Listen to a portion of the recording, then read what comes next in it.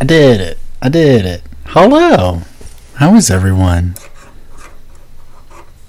Welcome. Yay, we did it. Congratulations. Oh, everyone having a good evening / time zone. I like that. That was good. There is a Nyx. She is right there. I'm sure she'll be making an appearance soon enough. She likes to come and check out whatever's going on over here. So, exactly. All the little chin scratches. Can everybody hear me okay? Is the music okay? Is all the volumes are good? Just checking, because sometimes they are, sometimes they're not. I'm sure she'll come around. Nyx. Yeah, she's not moving right now. She just glared at me, so I know my place. So we're gonna paint. Yay! This guy's pretty sweet. I got him from a WizKids box, and I'm really excited for it. I've always really enjoyed the Djinn in D&D, so this guy's cool. For sure. It's got some old lines, but that's alright. It's not the end of the world. Yeah, I'm a chunky boy. For real.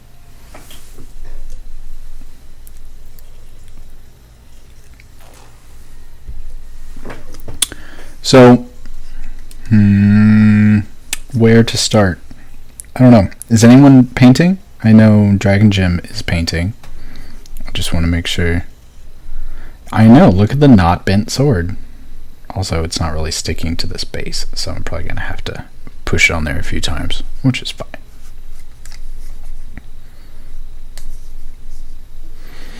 I have some dry palettes too that I'm using, which I haven't used in a really long time. So, Jess is painting, and a little thing for my washes.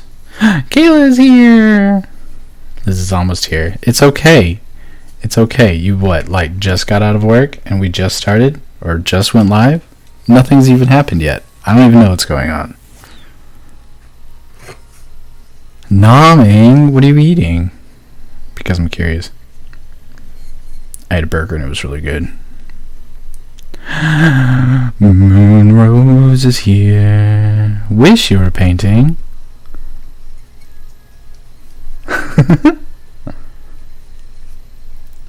Yay. Drink some water, friends. Yep. I have water.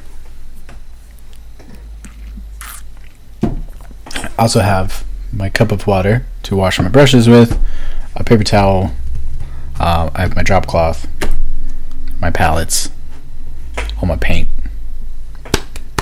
I'm ready. Are you guys ready? So, Mountain Dew Amp, yum. The Stinkies is here. Welcome. Hello. Non-paint water, exactly. So I'm thinking of a plan of action to paint this guy. And usually I like to start from the deepest level up. So skin to socks to shoes kind of thing. I usually paint in the order that you put on clothes, because I find that to be easiest. That way you don't have to worry so much about overpainting. But it doesn't always work out that way, depending on the model. For this guy in particular, I'm going to paint the metallics first, because of the method that I use for the metallics. And then I'll go to skin, and then I'll go to the cloth, his little skirt guy, and the tabard, and the scrolls, and belt, and such. So yeah, we'll do that first.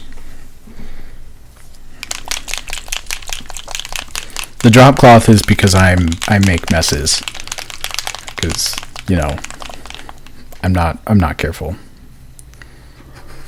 So my method for metallics is I base everything in black first, because I don't typically like to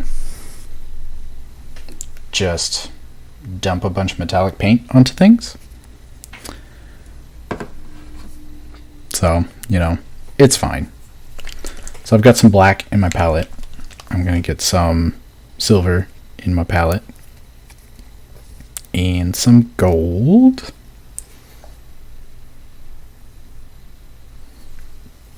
Metallics. Yay. I'm not a giant fan of metallics, personally. But since this is an intro thing, we're doing metallics. I've just used a little bit. There's about 2 drops in each. I think black has about 3 drops. Hi, Mark. Yeah, how I really feel about metallics. I don't like them. I don't like them. I don't know why. I just don't like them. They have their place, sure. I think because I'm so gung-ho on non-metal metallic. It's just where I am. It's where I'm at. It's where I'm at right now. So please note that these are my methods, and these are how I paint, and that may work for you. It may not work for you. And that's cool. So do what's best for you, always. So first off, I'm going to start with black, and I'm going to paint the metal parts. So I'm going to hit this sword, his bracelets, his anklets. I'm not going to worry about the details on his little skirt thing yet. We'll leave those for later, probably last.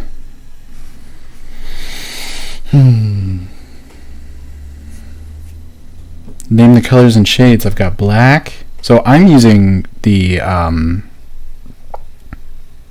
Monument Paints Pro Acrylic line. But I'm trying to keep it generic enough that you could use whichever kinds of paints. Everybody likes different paint for different reason. Some people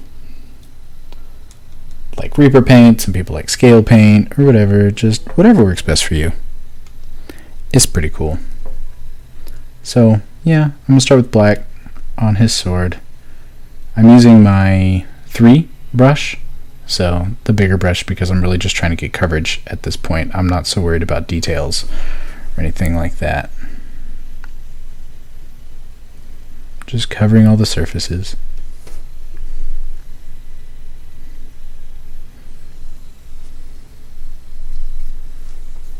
I like it thick, personally. I don't usually thin paint unless I'm doing a wash or if I'm doing a glaze, which I'll cover washes later. I won't cover glazes in this because it's a bit of a more advanced technique. And we're not so worried about that. Though usually when I'm teaching or instructing or telling somebody about painting tips or whatever, I'll tell them to thin their paint because you can get better details out of it. It doesn't kind of glob in all of the crevices and whatever. But I think that's kind of a do as I say, not as I do sort of deal. And the Monument paint is relatively thinner than other paints right out of the bottle, so there's that too. I'm not globbing it on, I'm just trying to get a smooth coat over it. And please feel free to ask questions along the way. I've taught 1 miniature painting class in my time. That was at PAX last year, or the year before, I guess. Whatever year time is now. That was a lot of fun. I had a blast with that one.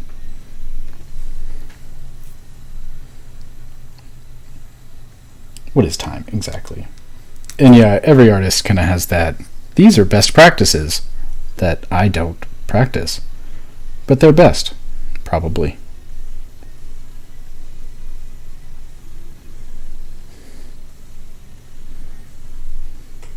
Hey, how are you? How's it going? Welcome.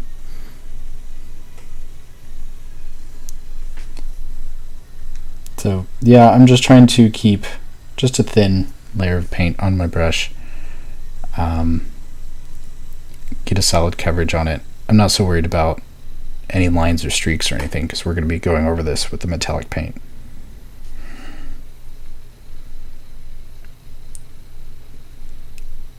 Also, I paint really fast, so if I'm going too fast, please tell me to slow down or to stop or to wait. And we can just, hang out, chill. He's popping off already and it's bothering me.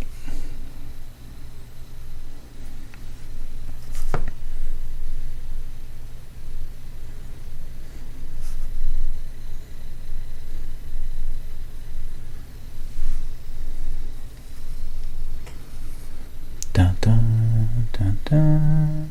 Trying to get in all the little crevices between his fingers. Cool. So we got that. Now I'm going to hit his bracelets.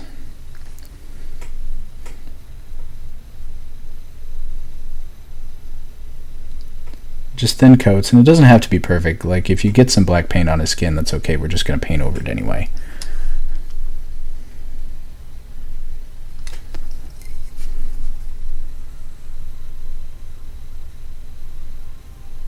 How's the camera? Is everything good? Can you see everything? Alright, this guy's just going to come off the base. The base is not being helpful.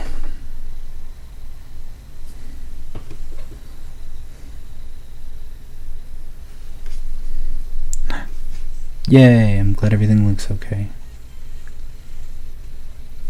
And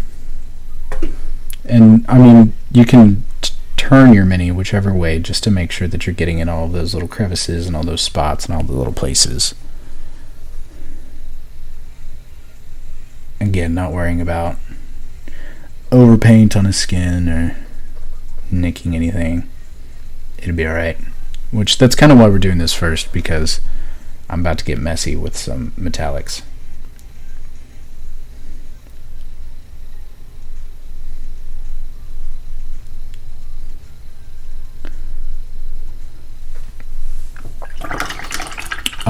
Things to note. When applying paint to your brush,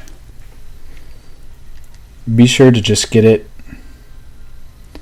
like at the tip or at least halfway down. You don't want it to go all the way down to the base, or else paint will get stuck in there, and that's how kind of your brushes get all frayed, such as, but not limited to, this brush.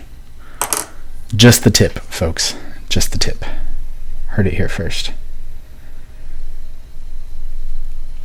It does. It gets crunchy. And it's hard to clean out. Another do as I say, not as I do tip. Always wash your brushes after you're done painting. I am notoriously bad about washing my brushes, though I did wash them before this stream so that they'd look nice on camera. I haven't gone over brush licking yet. I'm sure I will. It's not so pertinent at this point because I don't need the point.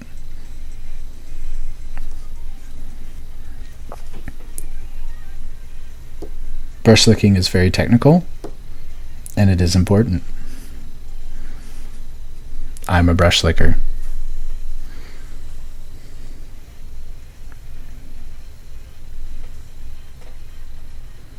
With acetone? Doesn't that kill your bristles?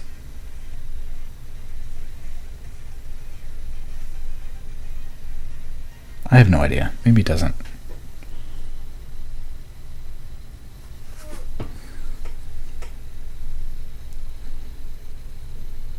Yeah, brush conditioner is the way to go. I think if you're going to get serious about painting, definitely invest in some good brush conditioner. I use mine from Monument Hobbies. They have one, it's called Unicorn Goop, I think, something like that. But otherwise, I just wash it with cold water, just to kind of rinse it out and kind of rub it between my fingers to make sure that everything is clean and out of there. Not poop, goop, though poop might be more appropriate. Alright, now he's got a little armlet thing. I'm gonna get that too. Again, not being so careful about overpaint at this point. Just making sure I get in all the little crevices. all the details with the black, because this is pretty much going to be our shadow for the metallic, just to kind of show some depth. We'll go in with a wash too, probably.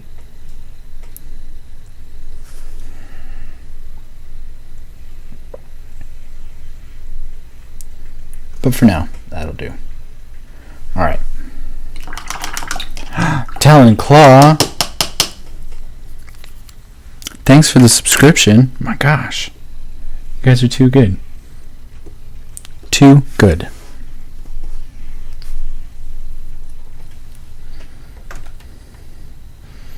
Also, I updated a little thing up there.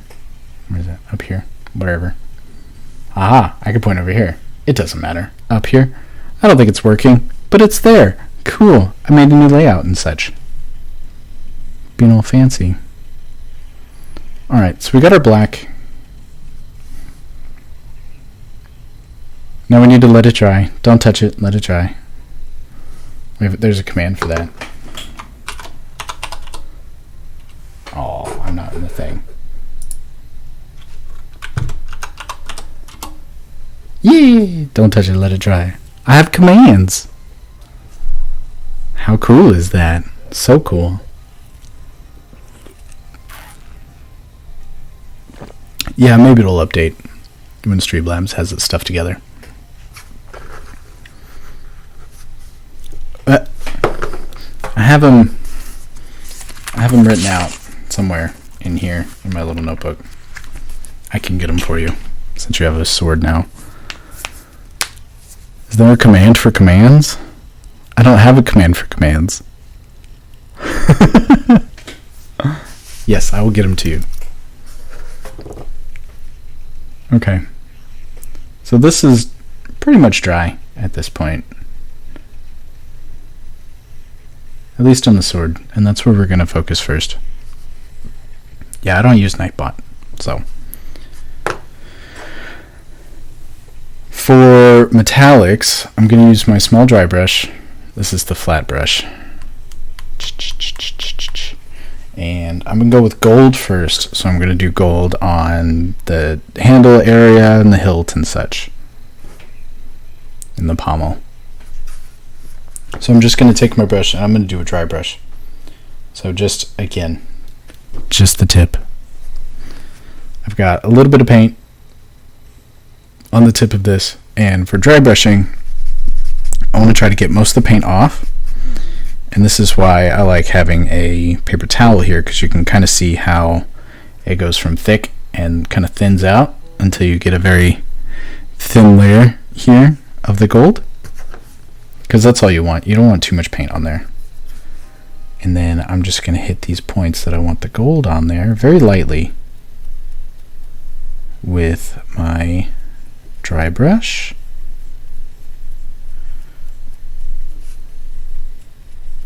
And I feel like this gives a better effect. It almost looks a little aged, and you can kind of control the thickness of it better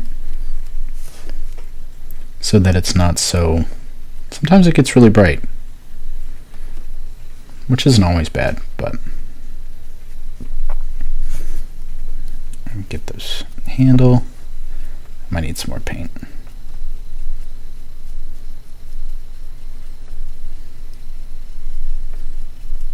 I'm just gently brushing on the surfaces, and we'll get some more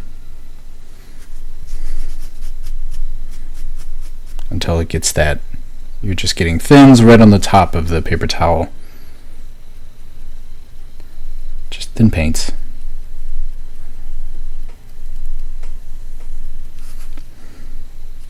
And you can still see some of the black through it, which is what I like. I do cover most of it. I try to keep it a little bit, try not to make it totally opaque, so that it kind of gives that shadowy effect to it, and it gives it a little bit more light than just painting direct metal over it, or the direct metallic over it.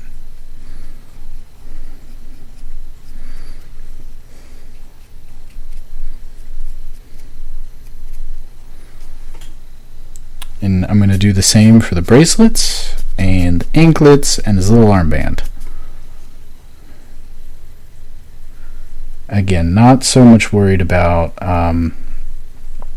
overpainting onto his skin, because we're going to paint over all that, which again is why we're doing this first, so that any overpaint or spray can kind of just be cleared away.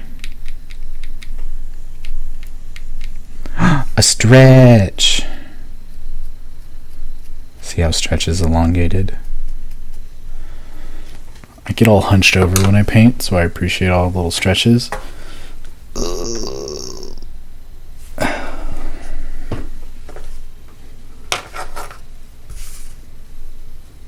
You can kind of see how, at least with the bracelets, there's a bit more black showing through to kind of give that shadow effect. And we'll go back in later and we'll highlight it all.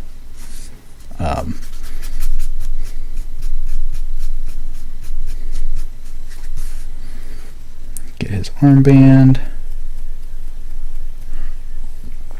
When dry brushing, I try to go from just top to bottom. As the light comes from top, typically, so it leaves the bottom to kind of keep those shadows.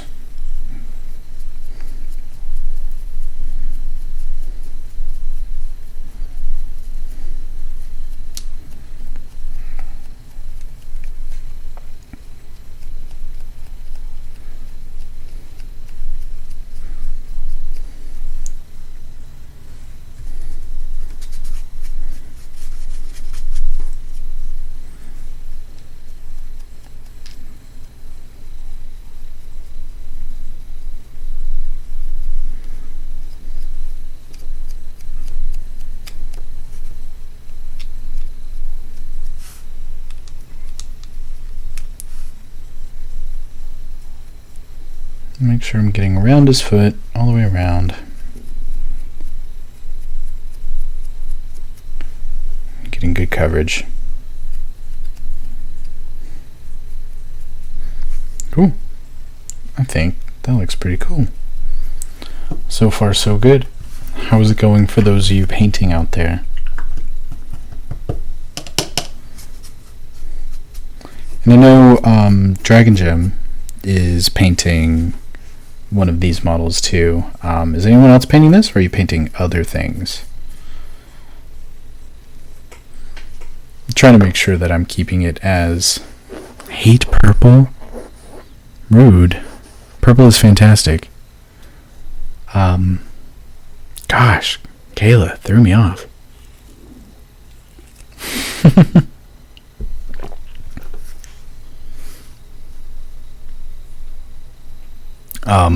Yes, as I was saying, I was trying to keep it generic enough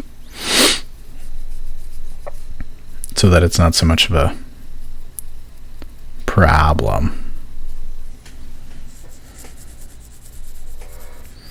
Ink egg? That's cool.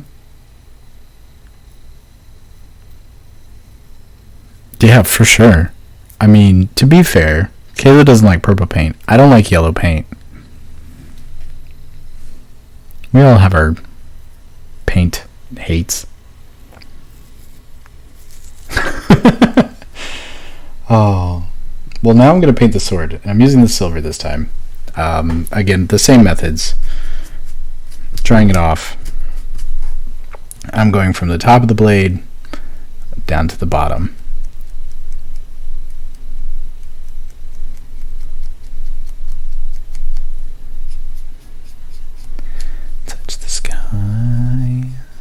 You're not coming alive.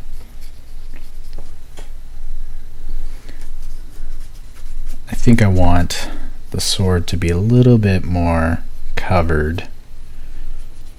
So I'm just going to make sure that it's a little bit more covered, but I still want some of the black to shine through so that it kind of gives it a cool effect.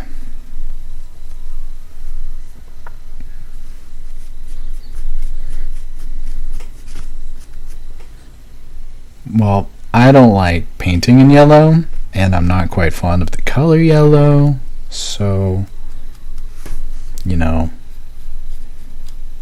that's where we're at.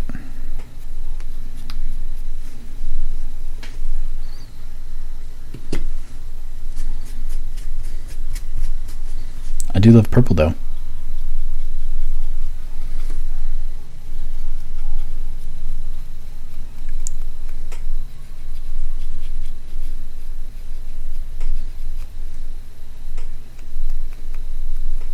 Purple is excellent. It is true. We live for.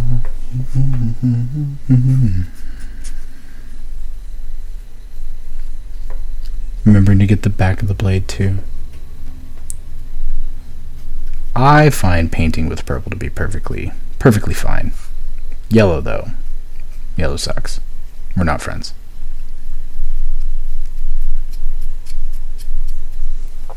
All right.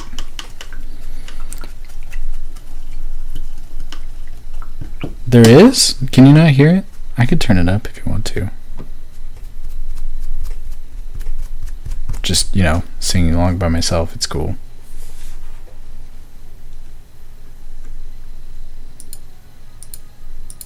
No background music. Can you hear it now? How about now? How about now? You're kind of watching Bob Ross. What's up? How you doing?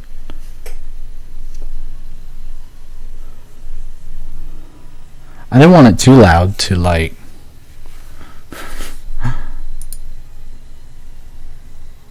happy little minis. They're happy little swords. They're happy little gauntlets. Oh, a wee bit music. There we go. How about that?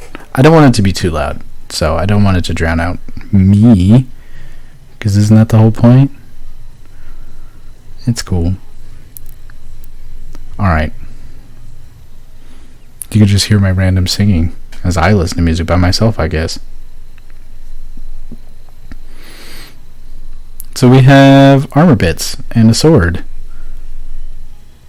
The dulcet tones of my voice. That's right.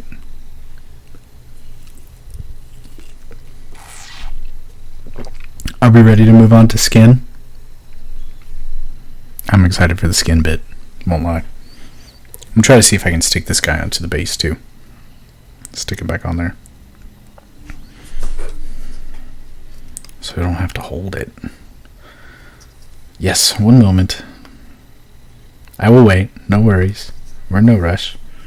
We're not on a time limit here. Oh, hey, look. Drink some water, friends.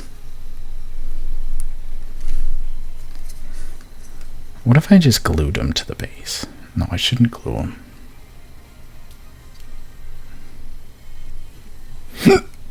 Ouch.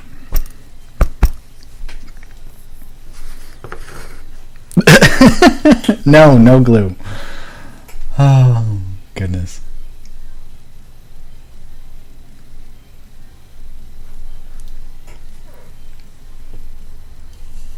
Oh, well, thank you. I feel like I'm a terrible teacher because I'm just like really bad at explaining myself.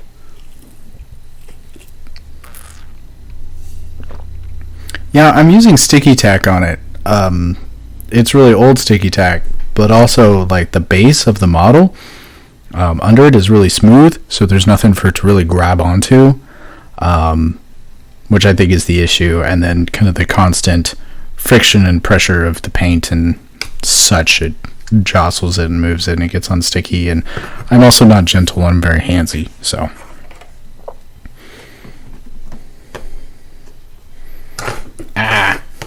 see, not gentle, very handsy. Well, thank you. So just to kind of, I guess, talk before we get there, for the skin I'm going to be using a triad of paint, which is pretty much 3 paints, which includes kind of a dark tone, mid-range tone, and a light tone. Reaper sells really cool triads. They do different skin triads and then like all the different colors, and they're really great and I highly recommend them. Triads are the best. So I've kind of made my own here with a dark red, a red, and an orange. And we're going to make some custom colors because I feel like that's important. And it's something that, all painters do despite never wanting to do it. So first, we're going to do the dark red for the base, and we're going to build up to the highlight, which the highlight will end up being kind of an orange red. I'm going to use this palette over here. I'm going to move that one. I'm trying to do it so you can actually see the paint that I'm using.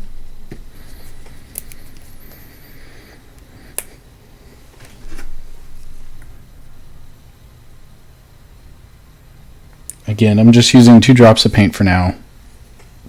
If we need more, we can add more, but if we overuse it, then we can't do anything else.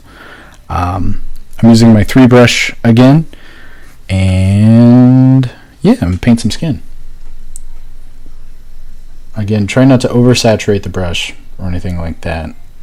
If you want, you can thin down your paint first. To do that, usually I'll just wash the brush a bit and then shake off any excess and mix that in with the paint to kind of thin it down a bit.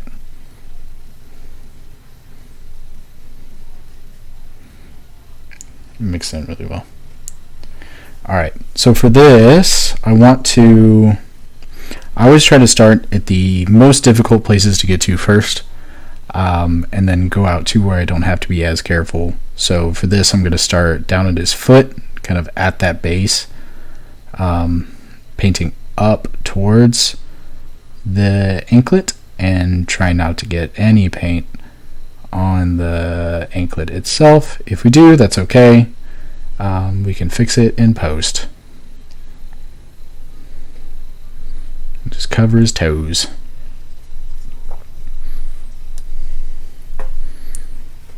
Oh, I'm not. I'm totally ruining my brush.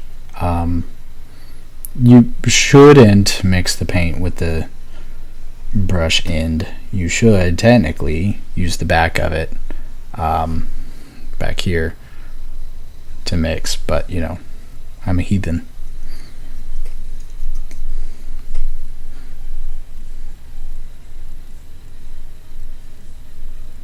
Get in the back of the heel, going slow around the anklet.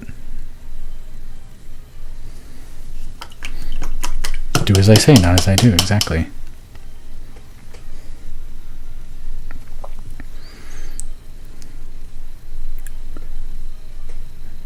And I don't exactly have to be careful for this because this is just the base, so we're just trying to get coverage on it more than anything else.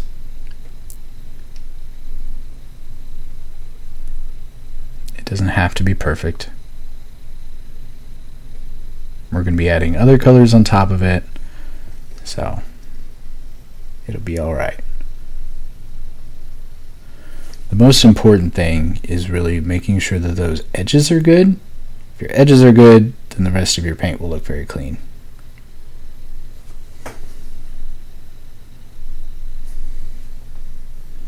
Boop, boop, boop. Look at me slathering paint on here. Jeezums.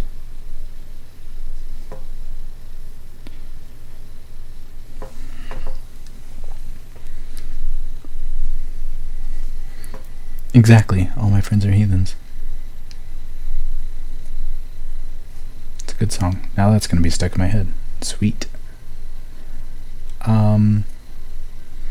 So for me, when I paint, I usually do my darkest color first, and I'll cover the entire paint or the entire skin area in the dark color, and I'll work my way up towards mediums and highlights. Not everyone does it that way. I realize that. Again, my methods may not match your methods, and that's cool. Feel free to try and experiment and get weird with it, because why not? It's kind of the beauty of art. You can do whatever you want. It's about you.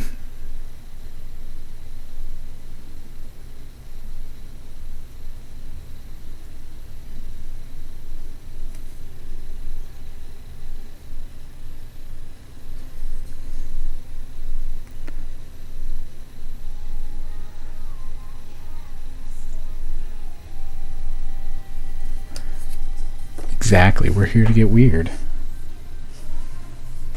Normal's not fun. But do what's best for you and do what works for your process. Being careful around that anklet.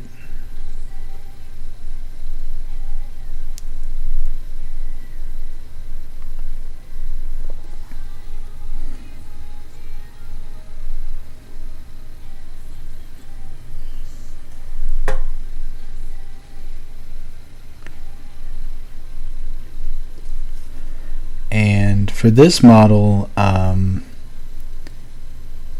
we are going to paint the eyes on him.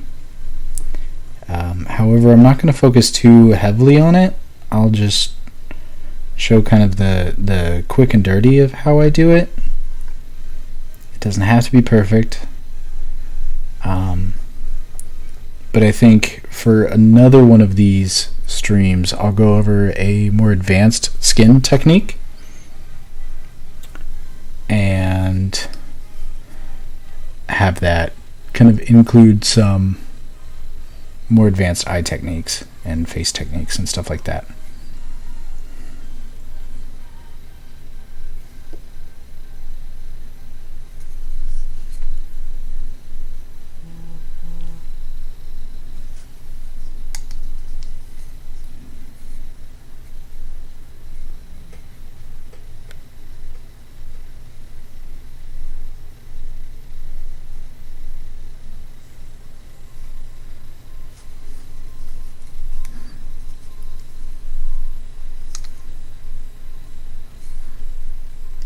We'll get all of his underskirt bits later.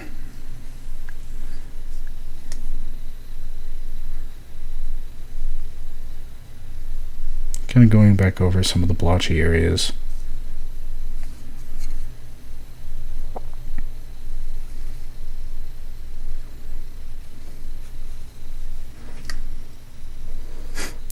I am using a dry palette as opposed to a wet palette. Yes, I do usually use a wet palette, but I use different techniques when using a wet palette as opposed to a dry palette, and I know that not everybody has access to that, so I was trying to be a little courteous, I guess.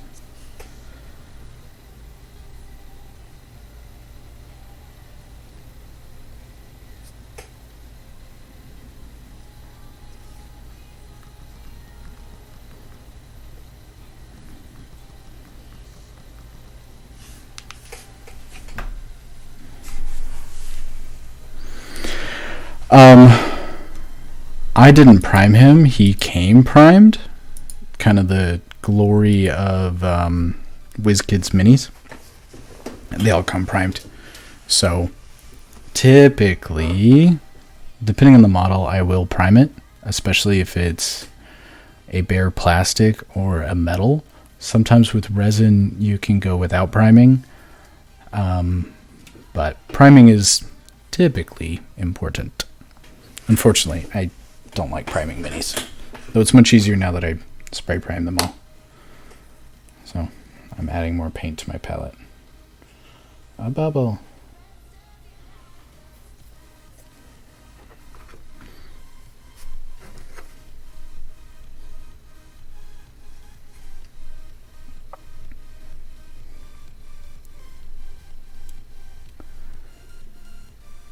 For the back, there's a lot of muscular details, if you will, so trying to make sure I get into all those little crevices.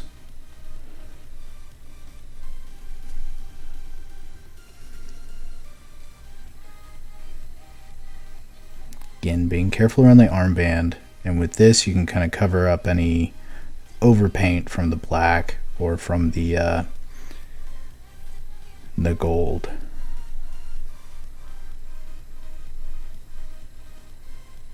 Taking my time, or trying to take my time. I realize I do paint fast, so again, stop me if I'm whooshing ahead of everyone.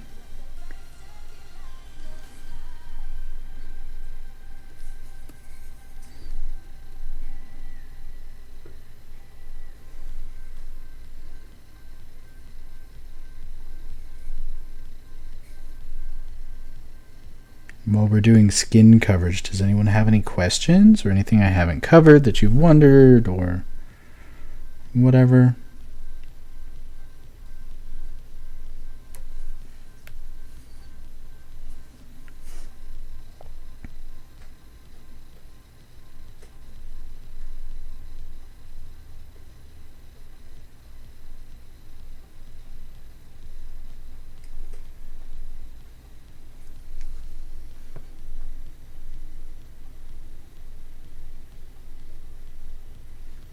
Trying to be careful in the forearm by the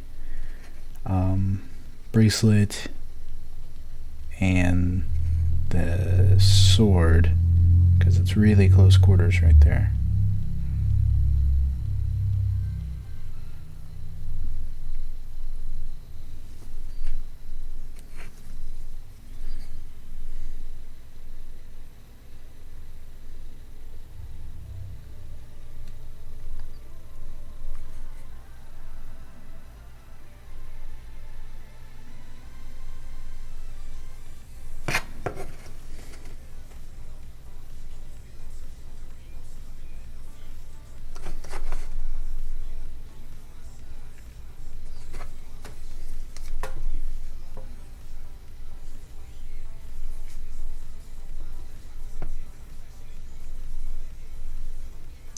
The arms are probably the hardest to cover.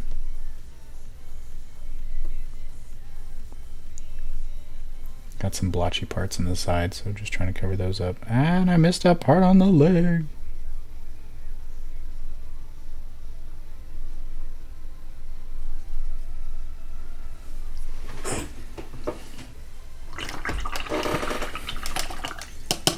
And again, well, I guess I didn't really cover it. I do try to wash my brush out pretty regularly so that paint doesn't get dried in there. And I stick it in my mouth to get any excess water off and to make a point. You can do a similar effect kind of in the line of your hand. You can grab it down and do like a spin pull. But I'm a brush slicker, so it's fine. Typically, how many base layers do you do?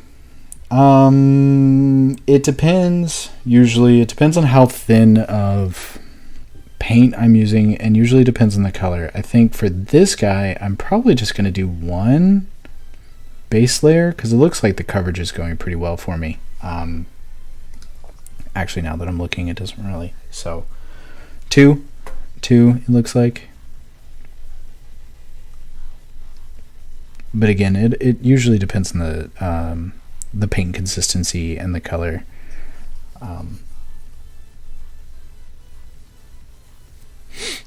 Yeah, each paint has a different flavor. Not like an actual flavor, but like all the paint tastes differently.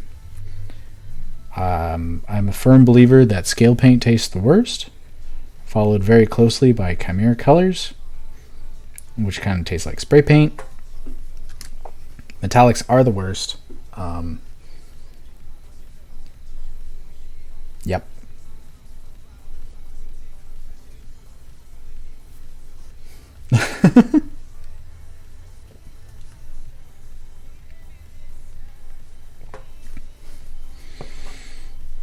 Yellow's a terrible pigment. Purple's a fantastic pigment.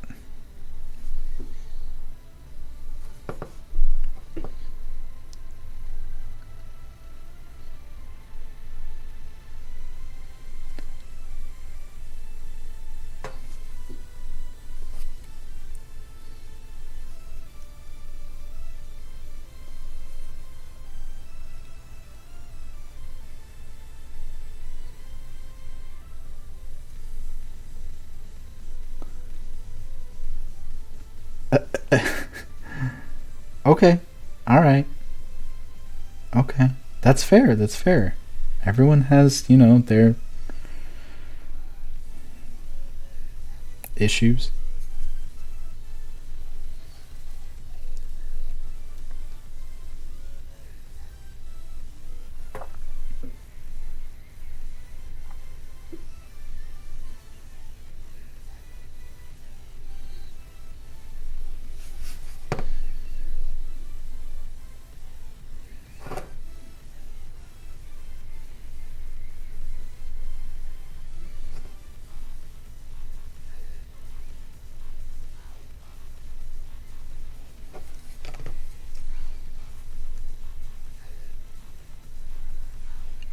The inside of his forearm is a bit difficult to get to, but some creative finagling.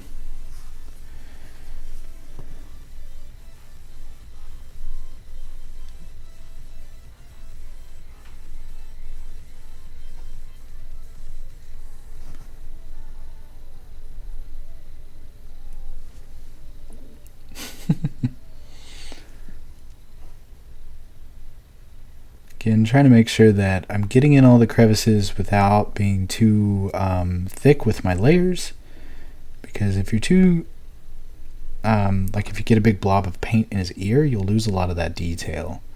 So you can always go and use up a lot of the paint that's on your brush, so kind of covering up the rest of his face, and then going back in with your brush that isn't so heavily saturated and kind of almost scoop, I guess, scoop out a lot of that excess paint.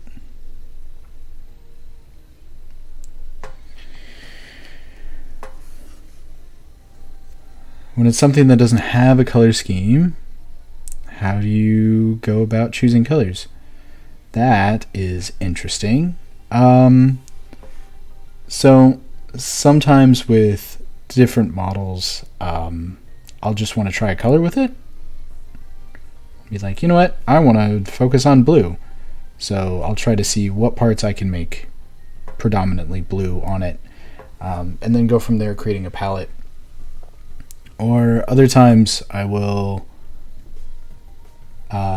get inspiration from like character art that different people post on like Twitter or Pinterest or something.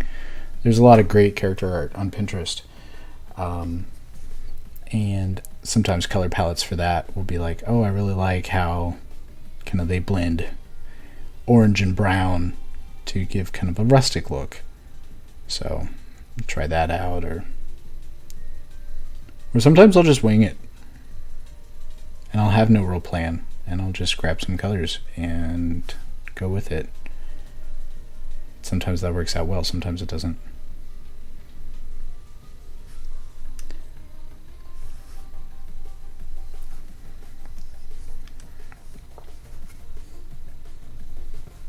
It's always something that is a bit of a struggle, though, choosing color palettes.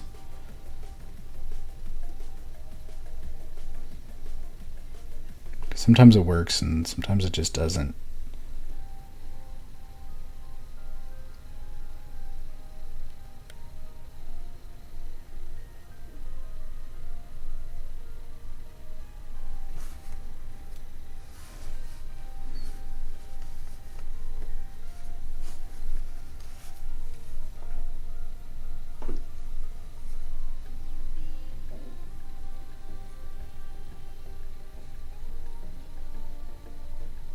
See if I can get in there with his hands.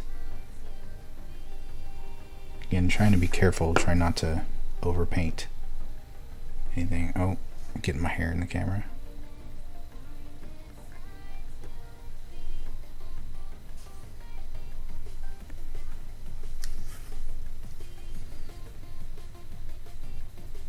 There we go. So I think I've got him relatively covered.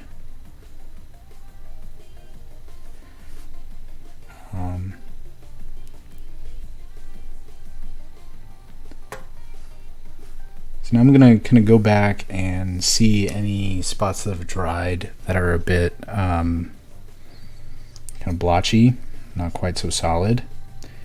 Kind of add a bit more color there.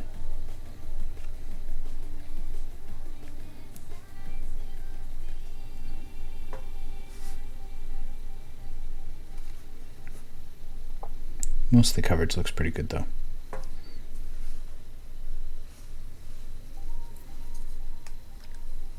Hello, good evening to you. How are you? Welcome.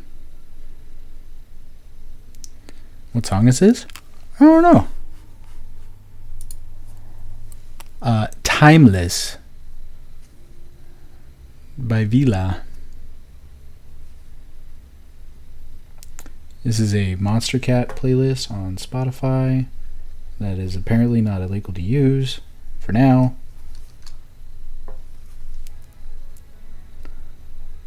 We'll see how long that lasts.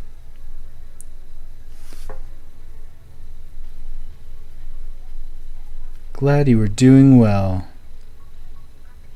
Thank you for joining us tonight.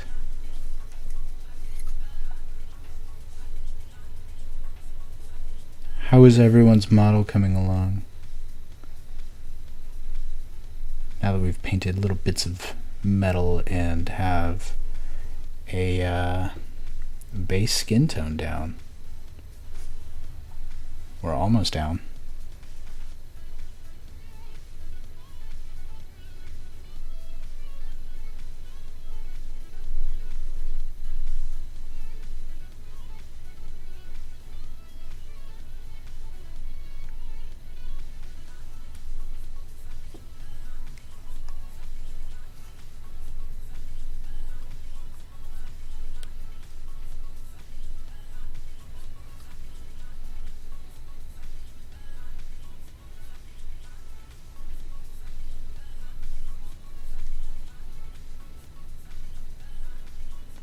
He does have some nostrils, so be sure to like turn it upside down and kind of get in those little nose bits. There's some spots in the back of his arms too.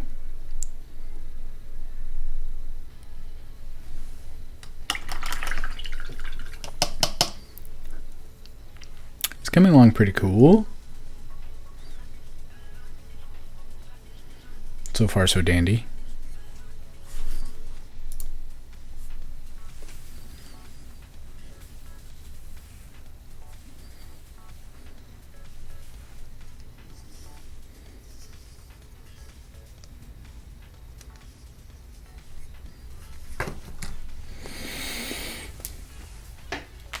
I'm letting it dry and stretching a bit because I've been all shrimped over.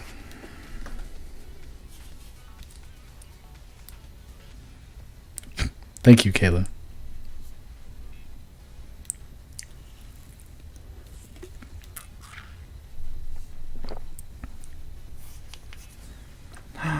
Buy flowers? No, thank you.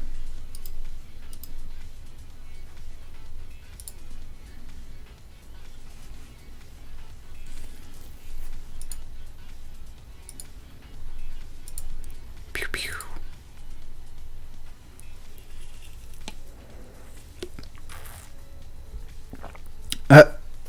It's true.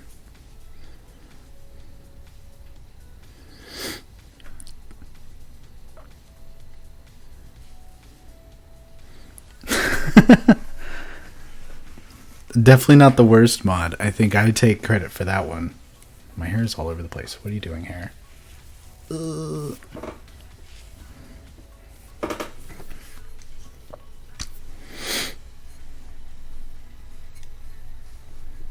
How's everyone's base layer coming? Good? Bad? Otherwise?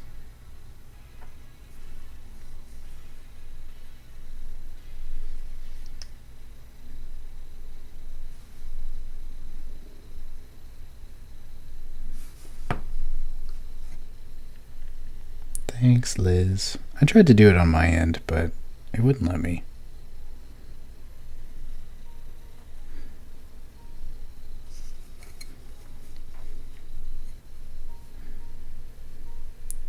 But hey, that's the first ever message I've gotten like that. It means I'm making it, right? Moving up in the world.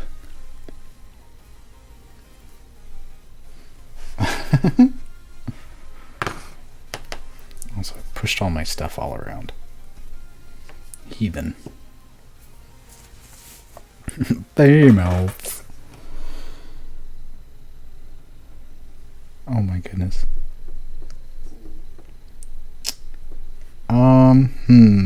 So now I'm trying to decide if we should finish all the base layers first. Gonna get all of that set, and then go back in and work on our highlights and our shadows, or our highlights, midtones, highlights, whatever it is that we're actually doing here. I don't know what we're doing here. It's fine. Or if we want to move forward with just skin. What do we think? Base tones or skin?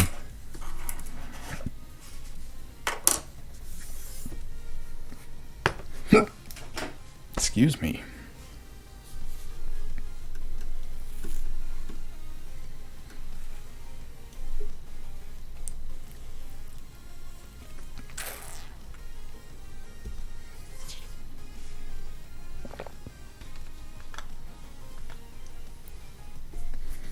Skin, please. Cool. Okay. It's cool with me.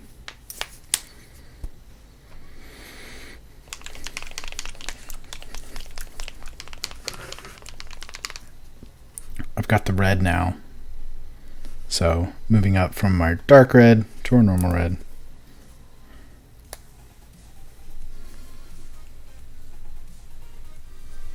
Two drops of that. Skin is fun. I agree, Kayla. Skin is great.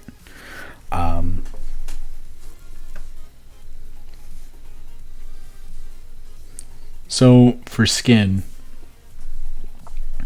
just to kind of plot out here, we should decide a light source for which way the light is coming. If we want it to come from kind of the left or the right, and how high up it is. I generally do like a 45-degree angle.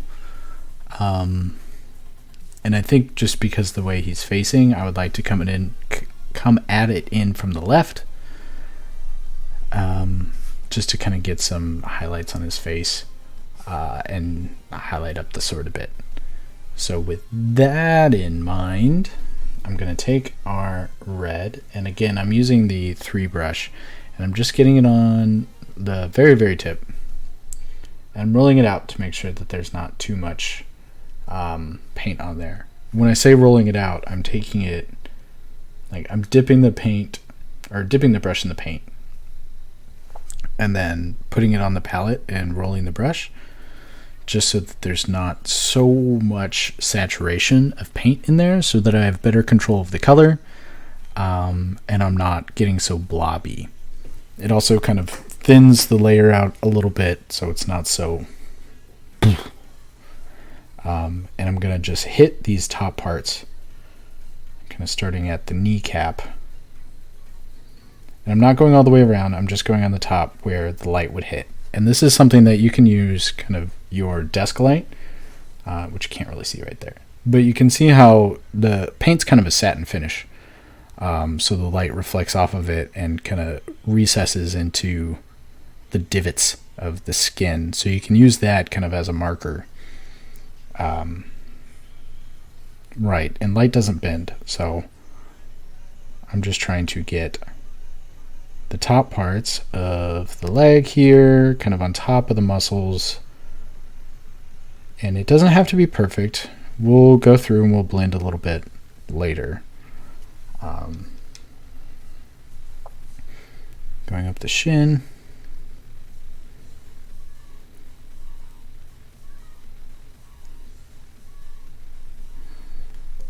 Around the ankle and over the top of the foot.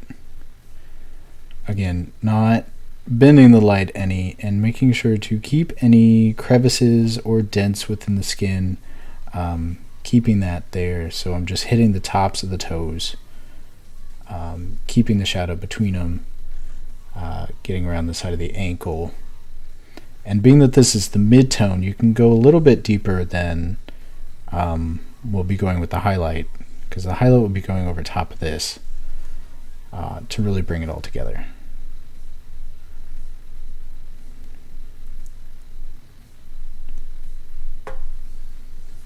Does that make sense? Am I making any sense? I realize it's a show and tell, so hopefully my actions are matching my words.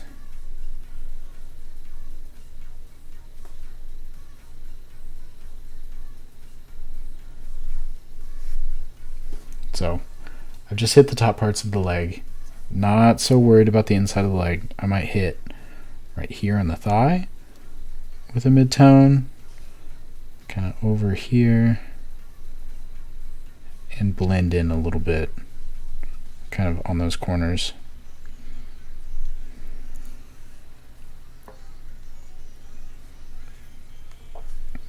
And And the same thing over here with this leg. I want to focus on the light coming in from the left and where it would actually hit. Kind of keeping the inside of the thigh dark.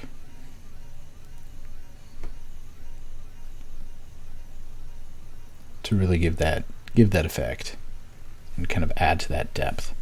If you want, you can add a little bit in there, just to give an added effect, but by no means do you have to.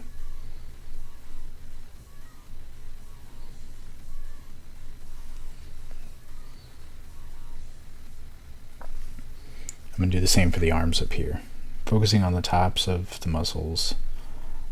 Another reason I like this model and kind of chose it for this is because of how the definition in the skin is a little bit easier than smoother skin.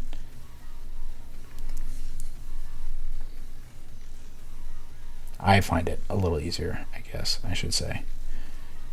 It gives more point of reference of where a highlight would exist, kind of where shadows lie. Making sure to keep gaps, keep the depths between the muscles, and just hitting the tops.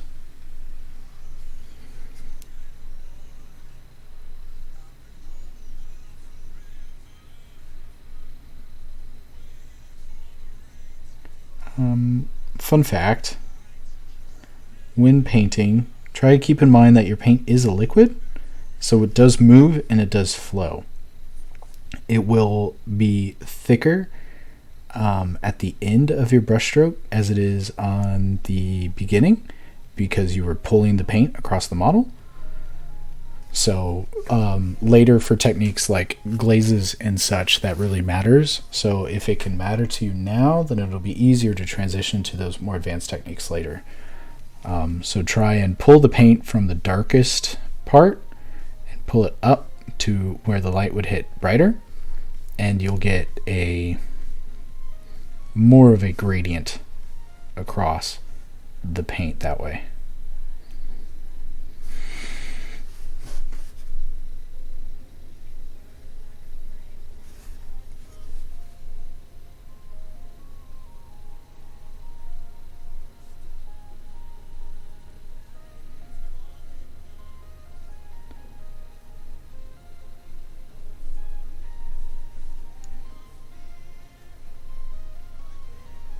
Painting takes a lot of practice and a lot of time and a lot of trial and error for what really works for you.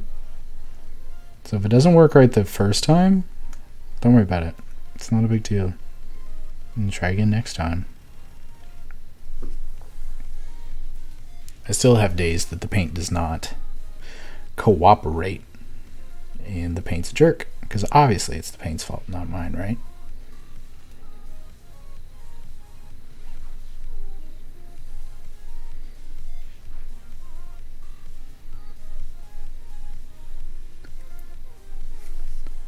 Focusing on the tops of the muscles. Yes, can vouch. I mean, yeah, for sure. You can always strip the model. And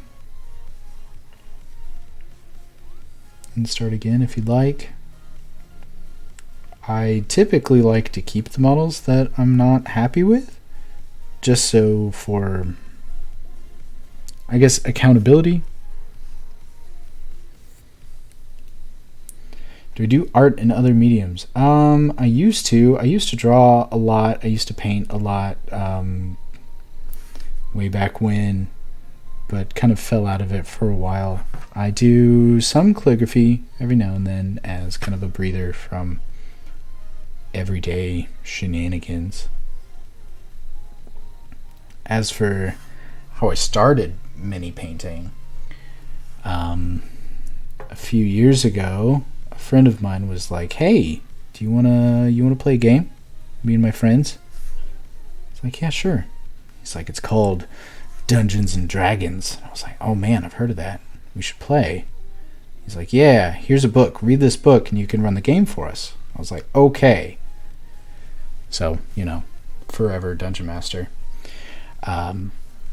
But the first game that I ran for this group of people, one of the players there was like, thank you for running the game for us. And he worked at a mini shop, or board game shop, I guess. But he gave me a model of a fire giant from Blood Rage, which is a super cool model. And I was like, oh my god, this is amazing.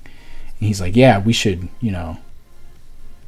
I want to fight this thing in one of our games, so like, here's a model. It's like, all right, cool. And like picking up and looking at it, and I was like, this guy needs some color. I want to paint it, but I don't know how to paint. And yeah, that's what started it all. So I learned how to paint, and about probably a year and a half after starting painting, I painted that model. It came out pretty cool. I still have it. I think it's over there. Yeah, he's right there.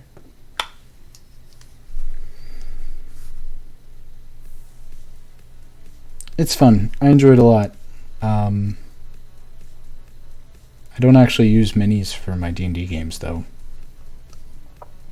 I mean, especially now, because now everything's online. But previously, I just didn't do it. I prefer theater of the mind, personally, so I just paint for fun. I do commissions too, which is also fun. I enjoy painting for people, bringing their characters to life, or sharing art with the world, all that jazz.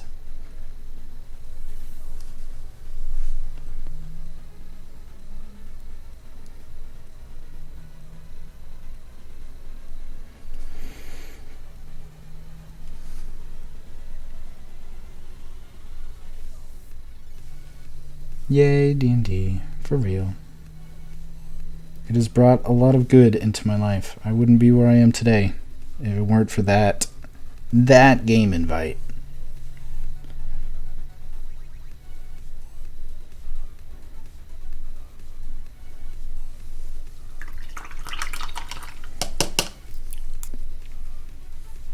Get in here at the chest.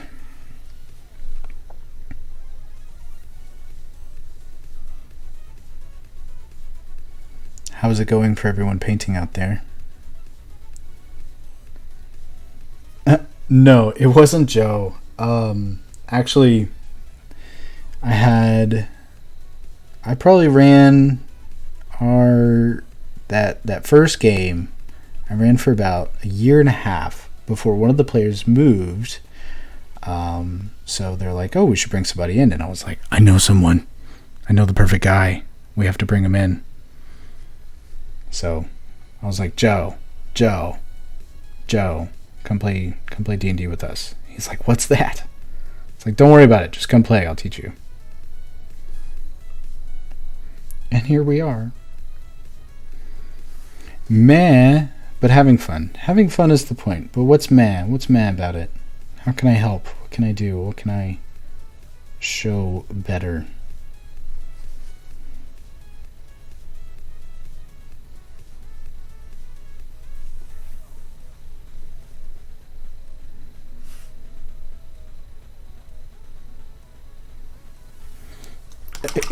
My hands? I don't know if you want my hands. Take it slow. Go slow. There's no rush. As I, speed through it all. But really, you're not being timed. Nobody's judging you on how long it takes. You could take an hour, like we're at right now, or, 10. It's go at your own pace. We will be here. Well, we might not be here in 10 hours, but, yeah.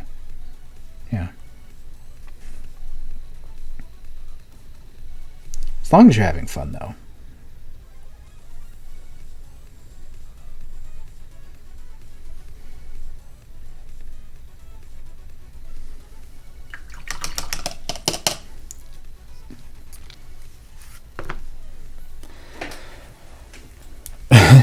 I mean, so I could definitely paint this model in 10 hours. It'd be a lot different than how I'm painting it right now. I'm hoping to finish it in about 3. But usually, I think if it were just me painting on my own, painting a model like this to tabletop standard, it'd probably take me about 2 hours. But again, I paint really fast, so don't compare yourself to me. And I've been painting for a while, and all of that. Bless you, Nixie.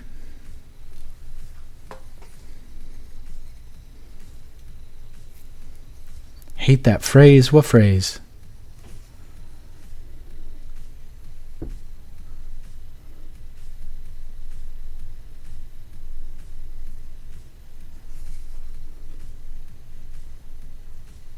Tabletop standard. Yeah, I don't know how else to put it.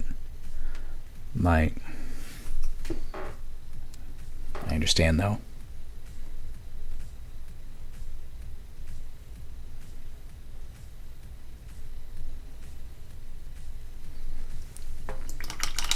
It does. It means something different to every person, and I mean, I try to put the same care I would into a 28mm model as I would like a bust. But sometimes you just can't.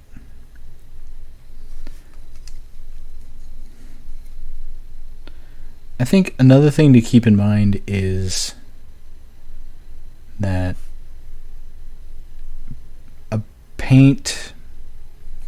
the quality of paint can only be so good as the model is. Like, some models are just a giant pain to paint, and some are, like a lot of display models are, you get those details and you get those open spaces to be able to create that creativity. And models like this, not that it's a bad model or anything like that, but it is what it is.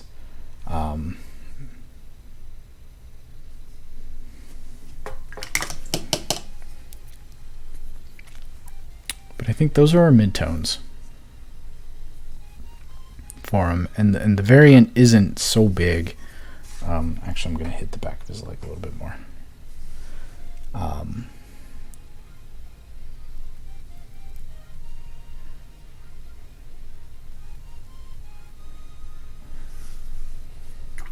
So now I want to, I guess for this I have a question. Do we want to poke at some shades, washes, I guess, some washes for the skin, or do we want to do blending?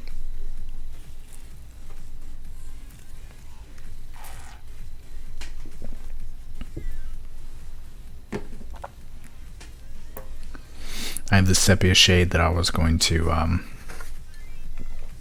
put over the red to kind of do that soft blend for me and kind of create some more shadows, kind of dull out a bit of the tones before going back in with some more midtones and highlights. Start with washes, Kayla says. I think that's probably a good idea.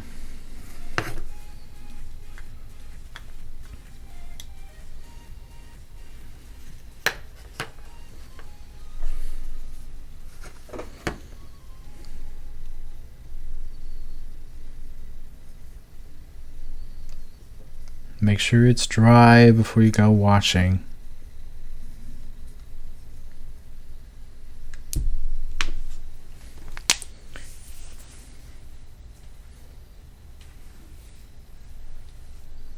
All right. Yeah, you're right. So I wanted to use the what is this, sepia, whatever, because it's a kind of more neutral reddish brownish mish-ish color, and it's not really going to change the tones of the red a lot, but it will kind of smooth out some of these edges for us.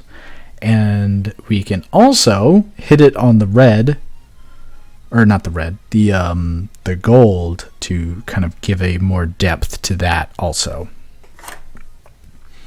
So for this, I have my dry brush. I'm going to wet it, dry it off just a little bit, because I want the bristles to be slightly moist. And for this, I want to do thin layers. I'm going to turn the model over. It's going to be upside down, because I want it to fall into those crevices. And I'm going to start at the feet and go to the head. I am drinking a Guinness Nitro. And I'm going to brush from the bottom up. And it doesn't look like much because of kind of the color of it. And that's okay. You can use a black too if you want to kind of give a deeper tone to it. But I'm just using a thin layer of it. I'm going from the feet up.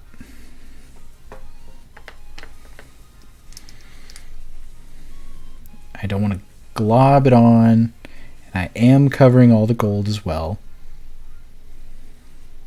just to kind of give some effect to the gold. And be sure to get in behind the legs. And I think once we have this in, we'll go and break for a minute. And we can change out our water, make sure everybody's caught up.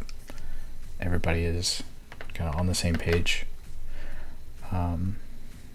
So until then, again, from the bottom up, so I'm starting at the waist, kind of going up. And you don't have to be so careful with it, because anything that we haven't painted yet, we're still going to paint. So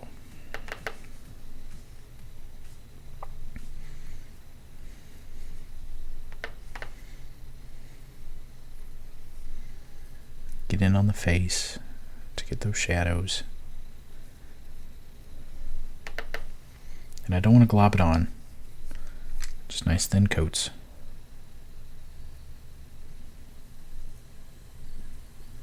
Most of these things are things I tell myself all the time while I'm painting. Don't glob it on. Thin coats. You will regret it. Blah, blah, blah.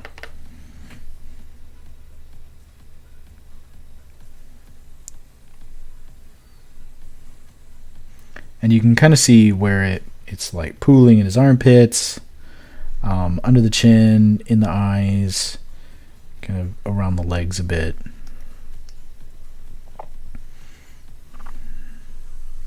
And it's really setting off those red tones.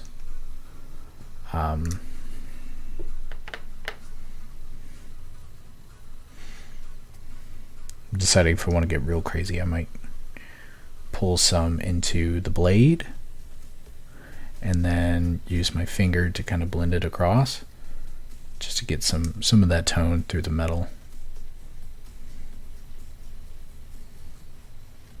I get messy while I paint. You don't have to use your finger. You can use like a paper towel or something too, and you don't have to do exactly as I'm doing. If you don't want to do it on the sword, you don't have to.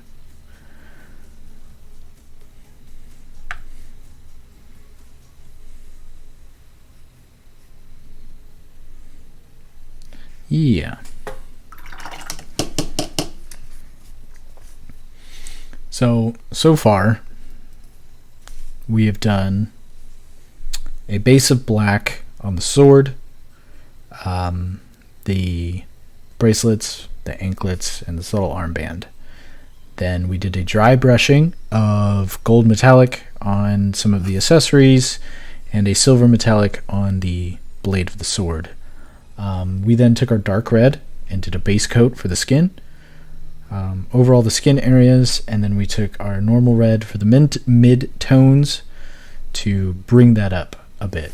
And now we've just applied our wash over his skin, as well as the gold metallic bits, and I put a little bit on his sword. Just a bit, just a tad, just a touch.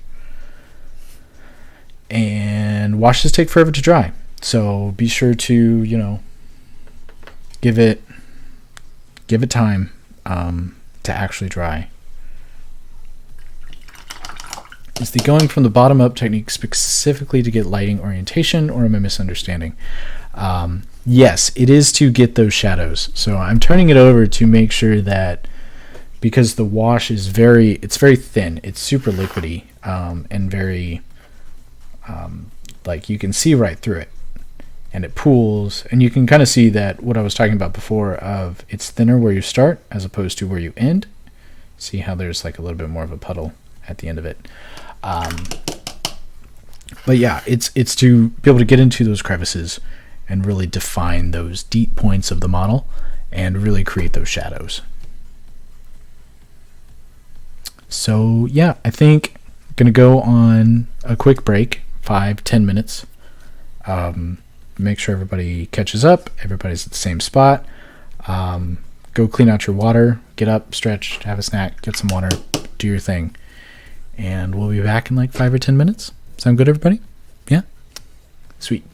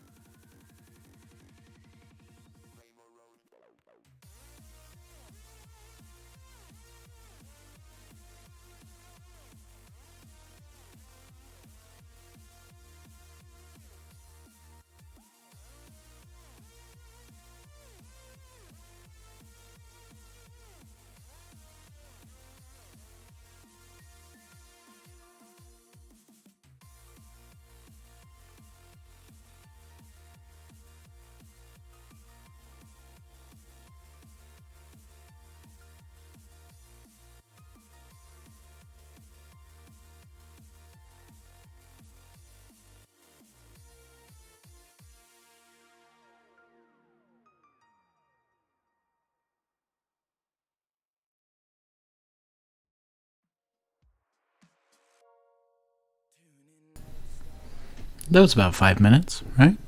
Sure. But I got a visitor, so I figured we would go back live. Because Nixie is here. She's so sweet. Say hi. Give a little purrs. Sweet girl. Yeah. Yeah. Chin scratches. Everyone says hello. Yes.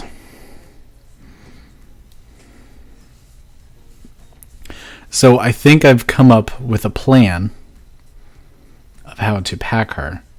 I am working on some extra bubble wrap bubble for her because I'm very paranoid and I don't want her crown to snap or her little fingers to snap. So she's going to be very well packed and it might be a slightly large box. So I'm sure that's fine. She's going to be nice and safe though. Right? Right. Big sigh. Yeah, she came out really well. Genesis was fun. I have another one to paint too. No, don't flick your tail over here, dude. Stop. Get out of here. She's now in the box. She's made a little nest box. She pulled in her blanket and some of her toys, and she's made a little nest. Yeah, I'm talking about you. She's cute.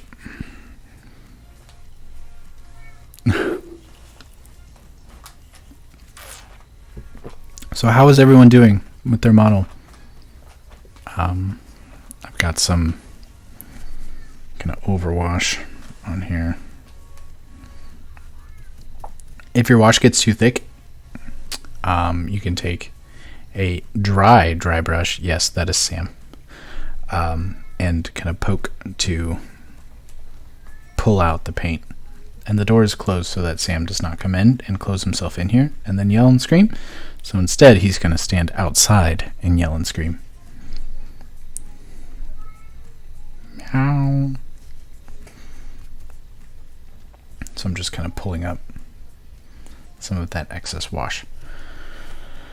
So while the wash dries, I think we'll start on the skirt. Poor Sam. No, not poor Sam. Sam knows what he's about. Sam delivers chaos. That's what Sam does. All right. So for this, I'm going to use blue.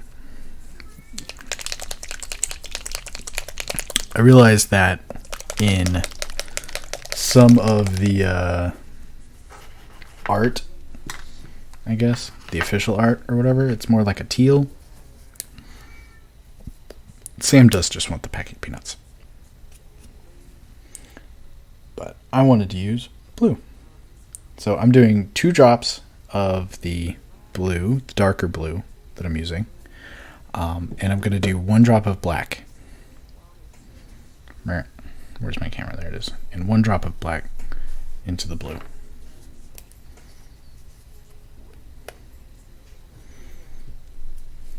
Just to darken it up a bit.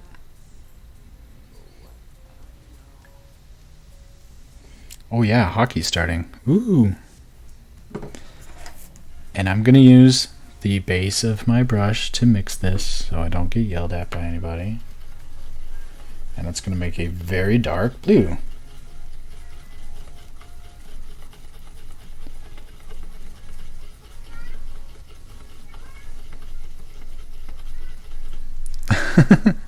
Yeah, hockey starts. I even do that, and I don't even watch hockey. Come on.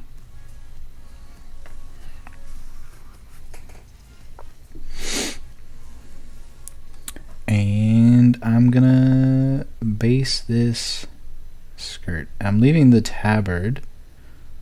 Tabard? I don't know if that's the right word. That's fine. This bit and this bit right here. You can't see. That and that I'm going to leave those because I'm going to do those in a black and a gray. So I'm just going in here, trying to mine the lines.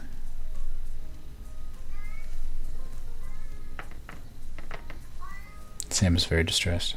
I don't know if you can still hear him. Meow. Paint, paint, paint, paint, paint, paint, paint, paint, paint.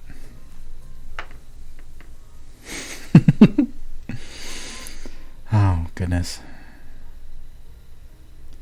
I'm being careful not to get any on the skin. Mind your lines. Clean lines is what makes a good model.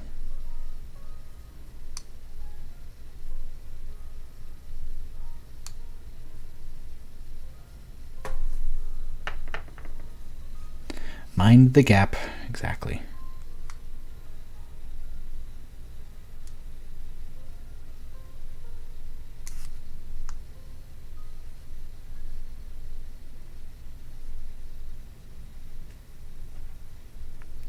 Filling in those spaces. And I'm going to try to get kind of around the leg and a bit under the skirt. So you can see my shaking there. That's great. I don't have the steadiest hands, so compensations are made. That's why I like painting handles, because I can rest it on things if I need to for my shaky hands.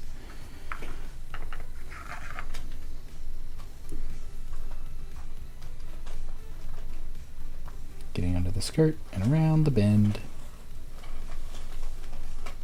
Try not to glob any paint and really get good full coverage.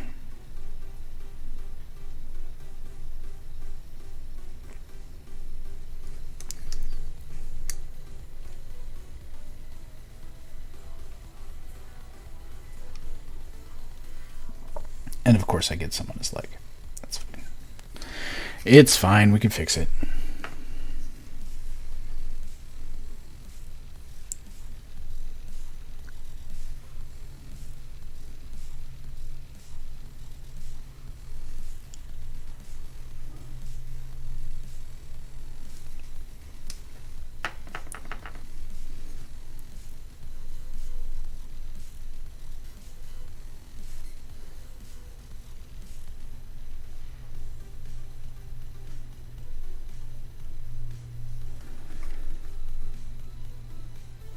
And this is following the same methodologies of the Triad skin tones that we're using. However, I'm not going to be using a wash on the skirt.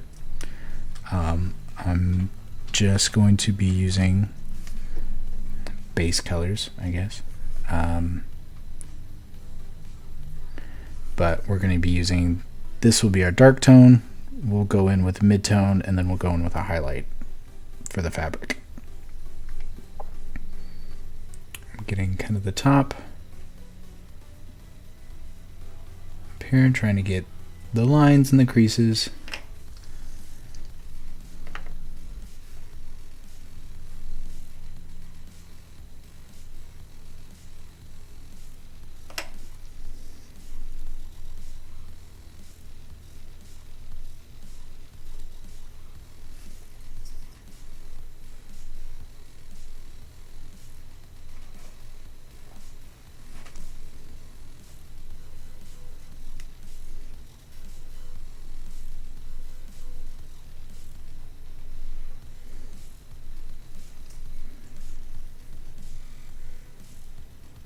Trying to make sure that I get under so that there's no base prime stuff left.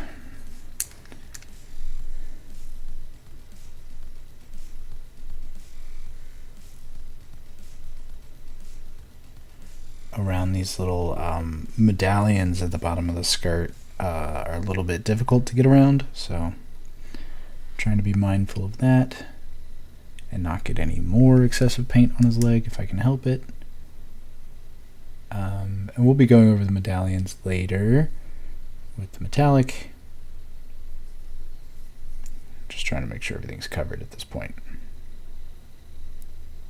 How is everyone else doing? How are your models coming along? And I do expect pictures after this. Just saying, just throwing it out there. I want to see. Because it's exciting. And your work is awesome.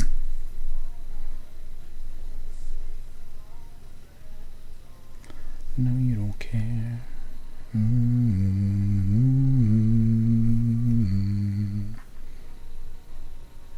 All right. Got my base blue down. That's right. Oh, snap. I told y'all. Oh, no, I got to stretch. I should have made a hashtag for them.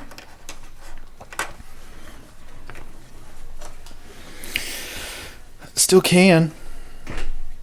What should our hashtag be? Ugh. As this dries. Actually, I'm going to go in. Oh, see, wet palettes are great because your paints don't dry up as fast. They don't dry up as fast. Sometimes they separate, but boop.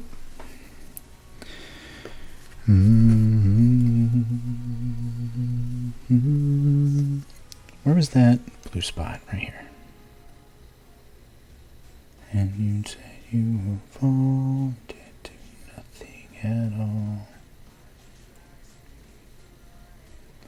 There we go. Fixing those blue spots.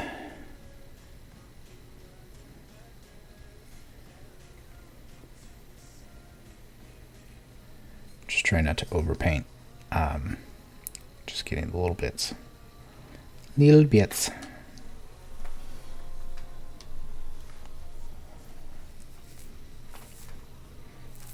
Not always.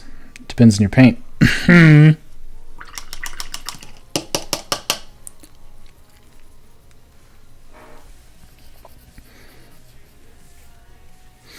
Yeah, they're definitely worth it. If it's something that you're going to pursue, miniature painting, getting a good set of brushes and getting a good wet palette definitely makes a difference.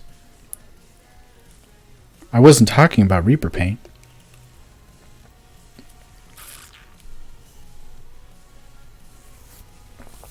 Drink some water.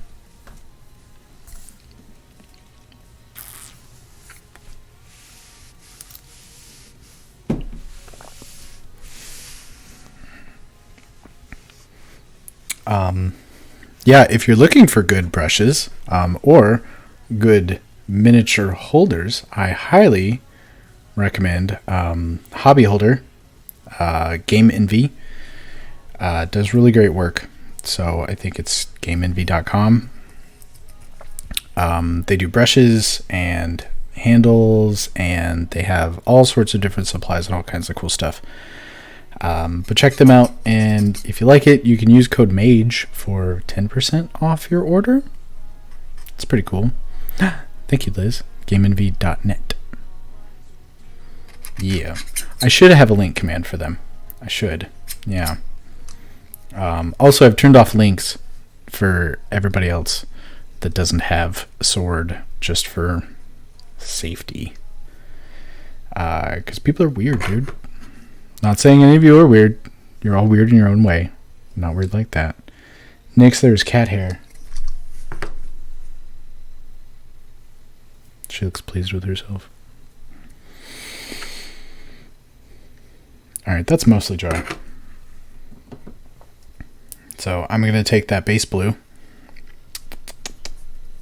the darker of the two blues that I have. I'm just going to use one drop. And I still have my 3 brush. And I'm going to go in with some highlights. on here, kind of following the tops of the fabric,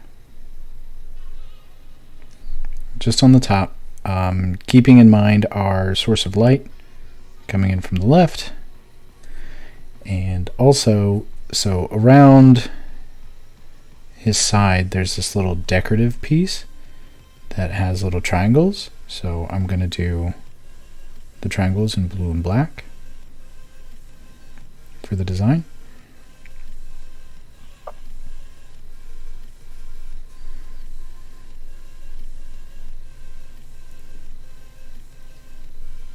Because it's already there, so it's a little easy.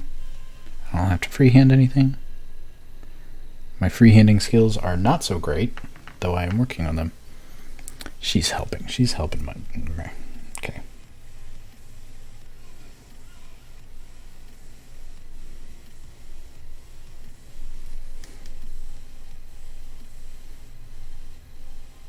Hitting the top points. Some of the base color, the darker blue, is still a bit wet, which I don't mind because that kind of blends the two paints together. It's called wet blending, not a technique we will cover here, but it is something I will cover later, probably in my skin tutorial that I do later.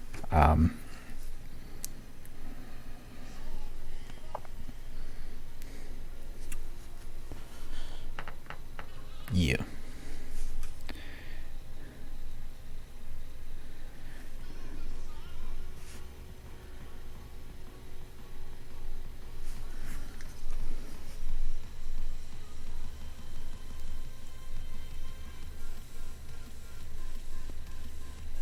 Hitting the high points, keeping the crevices.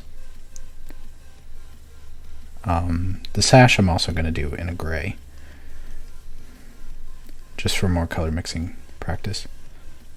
And the belt, I think I want to do gold. What do we think? Gold?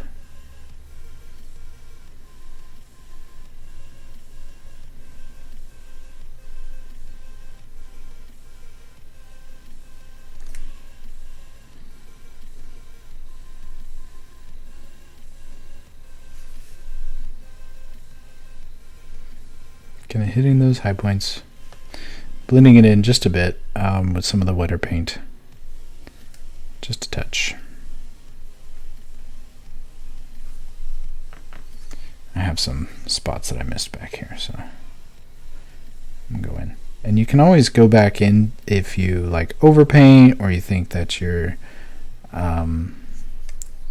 like any of the midtones are a bit too high. You can go back in with the darker tones and kind of paint over them if that's something that you fancy. Yeah.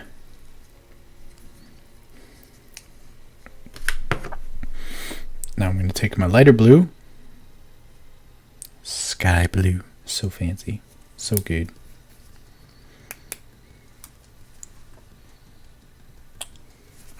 And I'm going to use, for the first time, my one brush. So it's very small. It's very small. You don't have to use the one brush, but I want to make sure that my lines are a little bit crisper, a little bit finer, and I'm really just getting those top points. So for this, I want to focus on the highest of the high points and not pulling across the midtone of the blue, not all the way, so that I still get all three of those colors in there. And keeping in mind where my light is, and not pushing it too deep in there.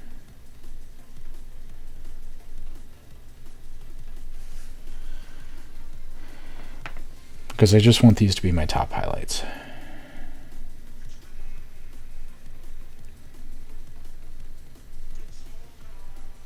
Little lines.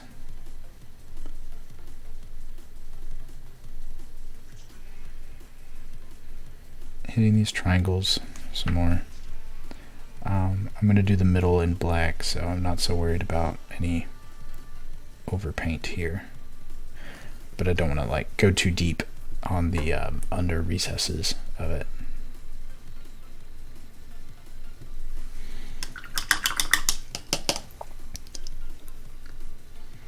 So I have wet my brush just a bit, and I'm taking off just a little bit of the excess paint.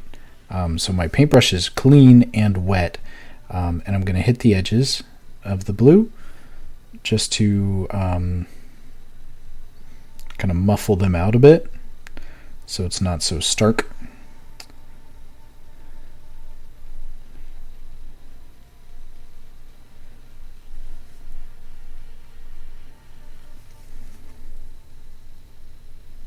Just a bit, just touch, touch, touch, touch for each corner. The paint's mostly dry at this point, so it's not really going to diffuse it any. And I don't want to like pull it all off or paint over it or really smudge it. I'm just trying to soften kind of the end of the line and the front of the line just a bit.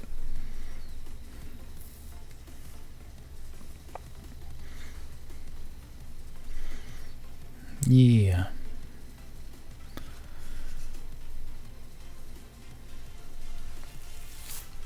All right, so I think I want to do the belt next and the gold accents. So I'm taking more of my gold, turning my little palette around. Yeah, it's all dry in there. 2 tiny drops. And I have my 3, no, I'm going to keep going with my 1. So that I can get each of these medallions and go really slow, just being careful to only get the circle on it just as small little accents.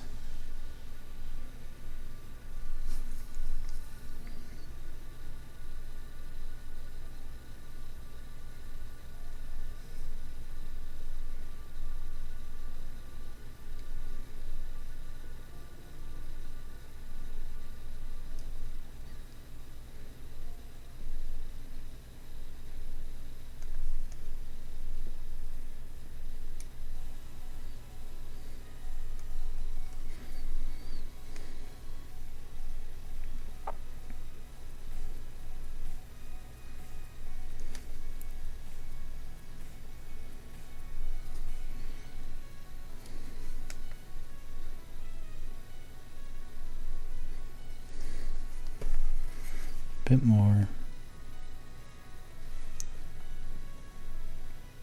Going all the way around with it. And then there's a few chains here and there kind of on the skirt. So gonna poke those out. Hi, Quinn.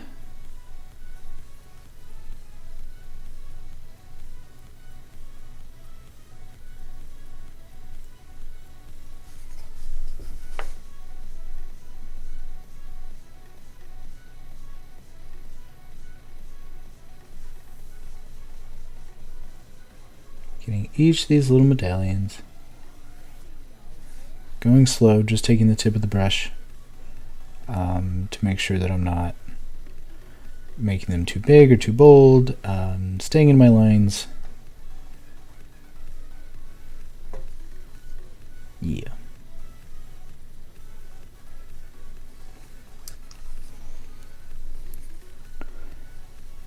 There's another one right here. This one's bigger.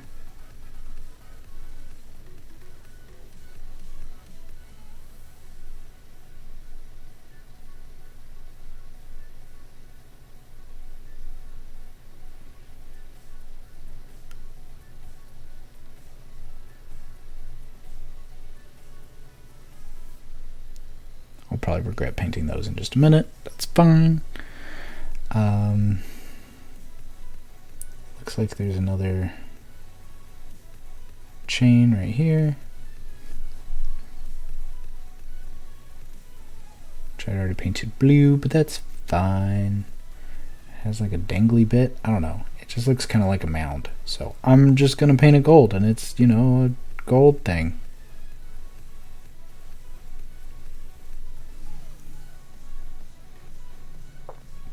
Trying to stay in the lines, thin lines. Ugh, words.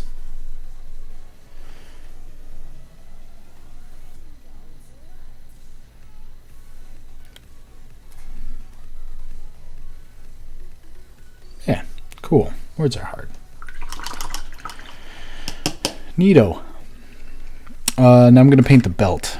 So I'm going to do the gold for the belt as well, using my 3-brush.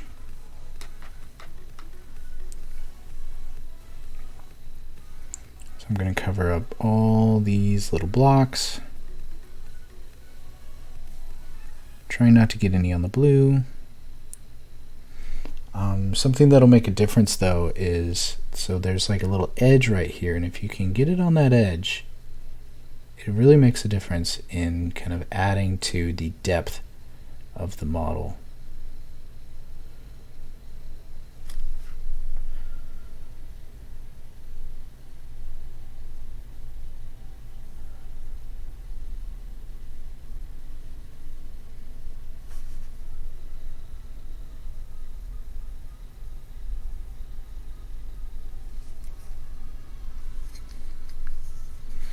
I think we'll do the scrolls next while we wait for this wash to dry some more. Reason number 85 of why I don't like washes. They take forever, and I am not patient. I think this is supposed to be a leather belt, but now it's just a gold belt, so it's cool.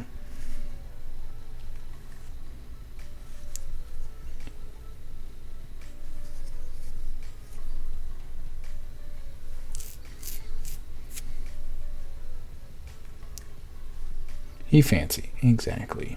And hey, it's your model. You can do whatever you want to do.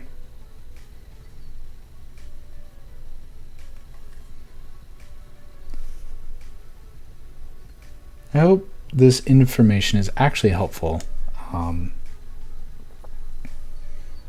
in some way, shape, or form. I know there's a lot of, I don't know. It can be difficult to start painting miniatures because there's a lot of good painters out there, and it can be intimidating. But I mean, as long as you're having fun with it, that's all that matters.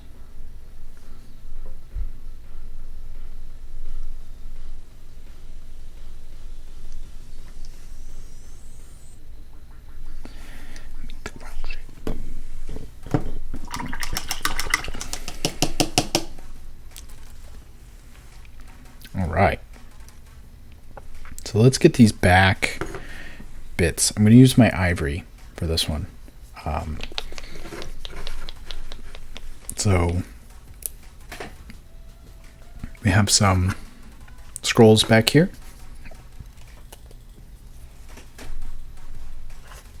This one's, what is this? That's black. I'll use an open one. Use this one right here. The one with the cat hair in it.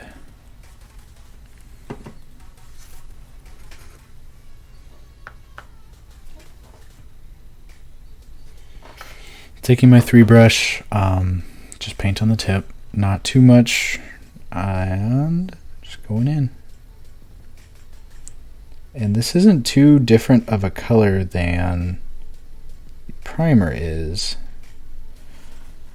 but it should be a little bit lighter and a little bit more of a neutral tone. And we're going to go over it with wash to give a tone to these scrolls, kind of bring them to life a little bit, make them look aged.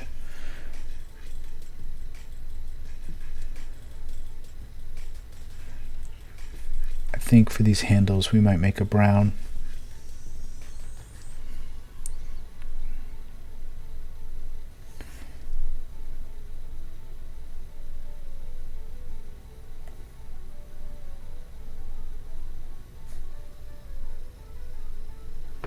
Trying real hard to stick with the colors that I included in the post and not stray too far from them.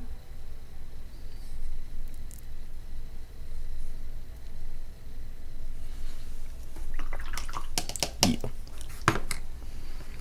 So let's take our dark red and some of this wash. It's not quite going to work out how I want it to. Use some black.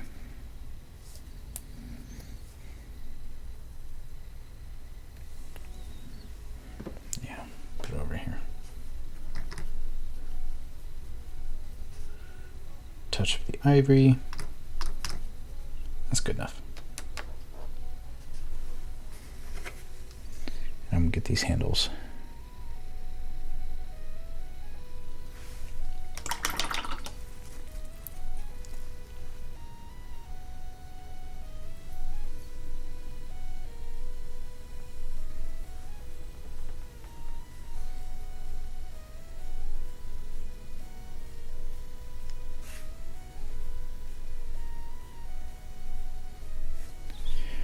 I'm not so worried about full coverage on these because they are, I guess, wood textured would be how we're kind of rolling with it. So if they're not fully covered, it's okay. Kind of adds to that texture effect. Trying to get around here to the side under it.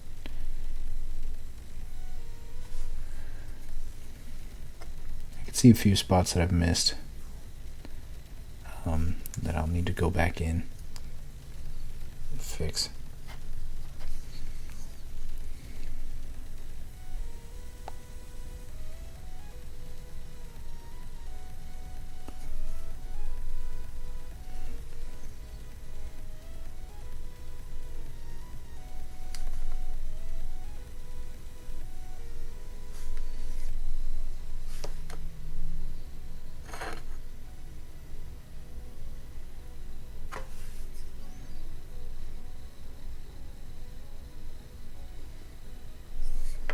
Sweet.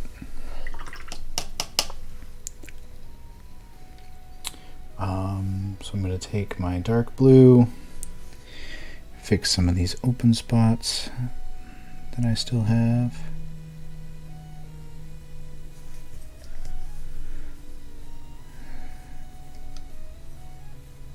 Yeah, looks pretty good.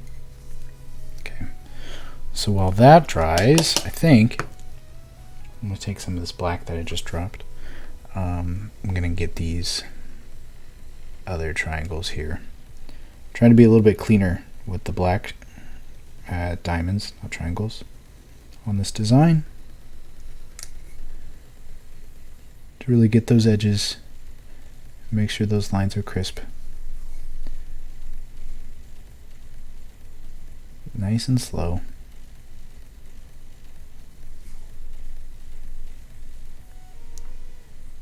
Yeah, that's nice.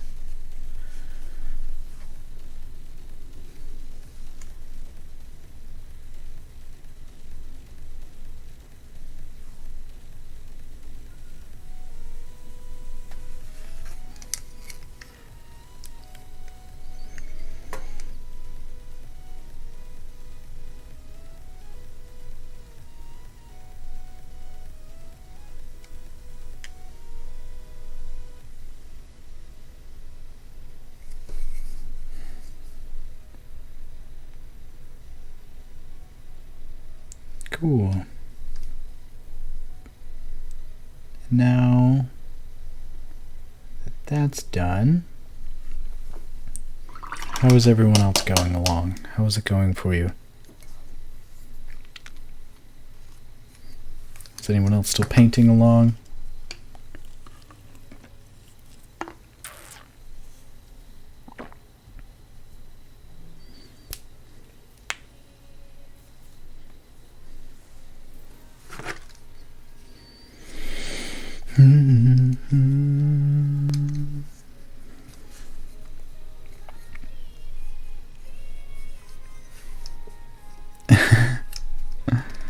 Too many metals. Feel that for sure. There's a lot of them in there.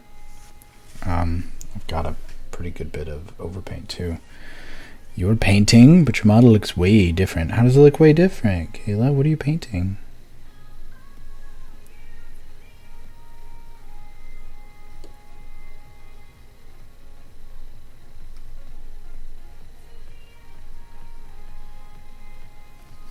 Ooh, Hero Forge. Fancy.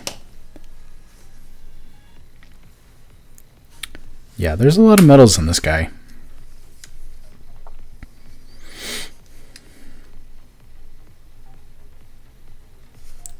And I just got the fronts of them. I didn't even get the back of them. And honestly, I'm not too worried about it. But I see some spots inside that I missed.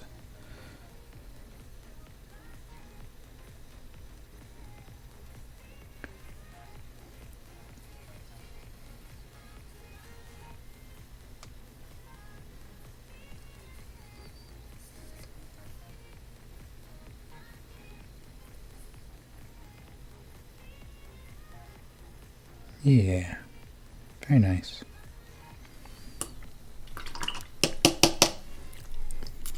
Any ideas on the hashtag? I don't know. I don't know. I'm really bad at making hashtags. Because all the ones that I think of are usually already taken.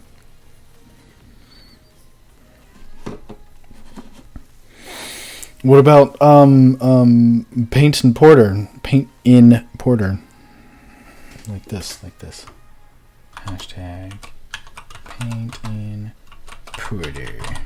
Pew. Ah, shoot. Wasn't even typing in the box.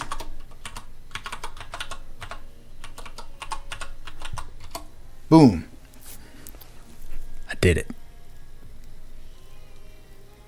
Did I spell it right? Yeah.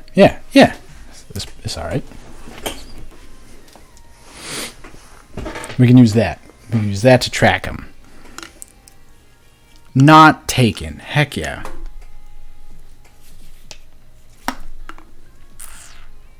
Let me see here.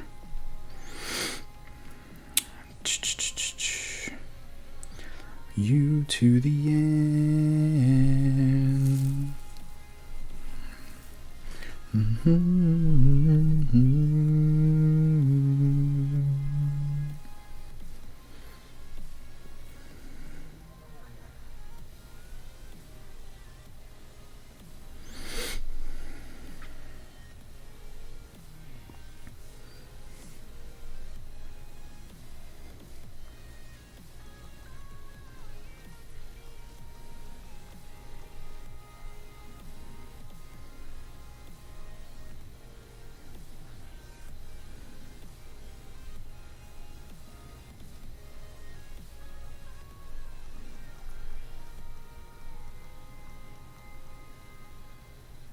I'm doing a thing. All right. Cool. So I have a tracker on that now. If you share your model and you use the hashtag paint and porter, or if you share your thoughts, feedback, or just use the hashtag, then I'll pick somebody tomorrow that uses the hashtag, and I'll send you this guy once he's all done. It's like a giveaway. How about that?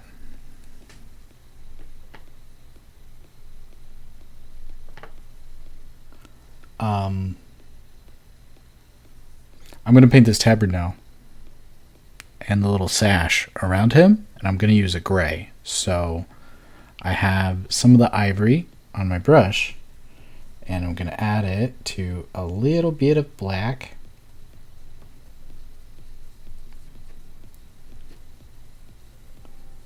Just to make a gray color. Cool?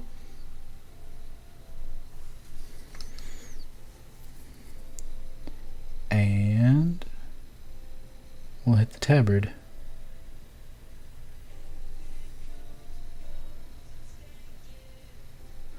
Sentence when. And we're painting.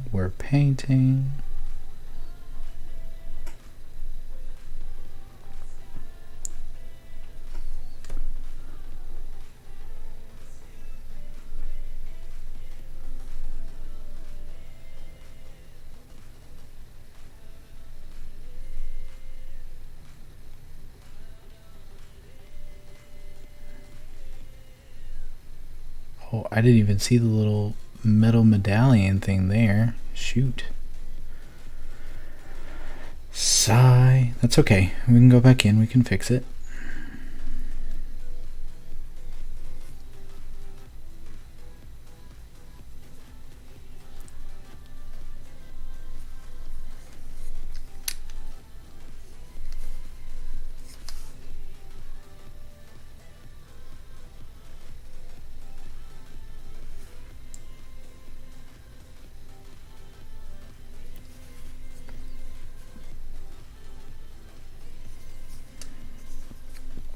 And please note, for the giveaway thing, like, you don't have to be painting to win. But I do need you to use the hashtag so that I can track it, so that I can find you, so that we can do the thing.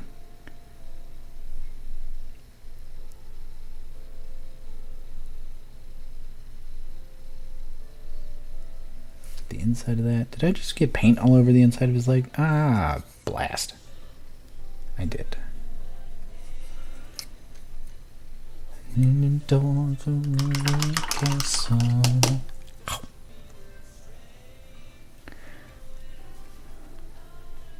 It's alright. We can fix it. We have the technology, which is paint. Okay. So I've got the tabard, and I'm going to get this little sash thing. And I want to be very careful. Do not get paint all over his belly. Exactly. Touch-up exists for the reason. Not all over his belly and not all over his skirt. My hands are going crazy right now, so it's great fun.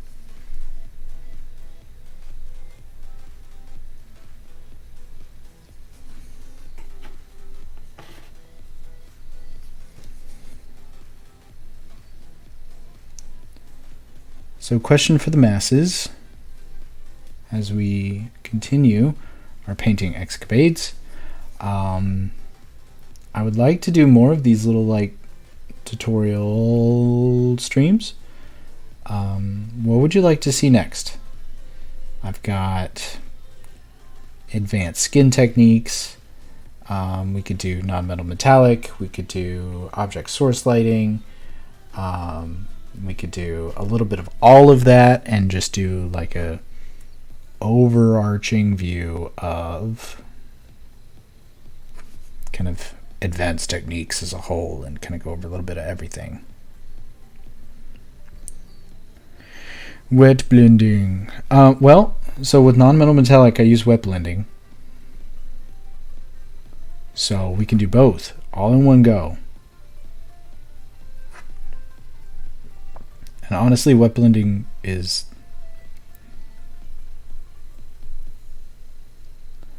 I say it's easy first, but gotta walk first. Do you though?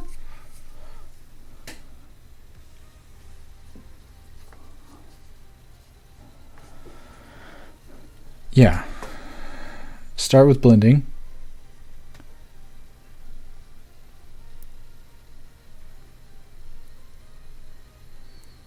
Lighting.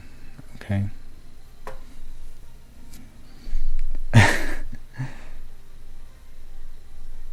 Lighting is a good one too.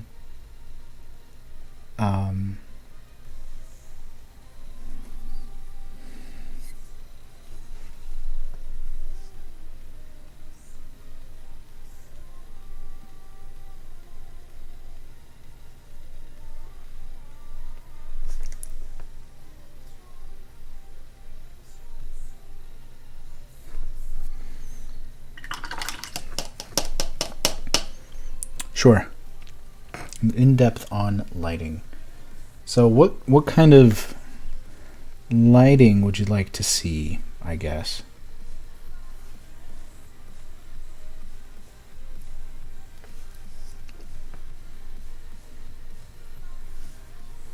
Because there's a lot of different ways we could take lighting. And I just want to make sure that it's useful with my knowledge and skill set, that I'm hitting the points that's actually useful for you all.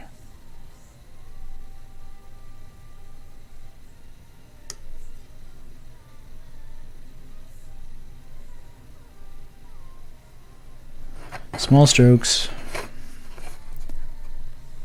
Little touches.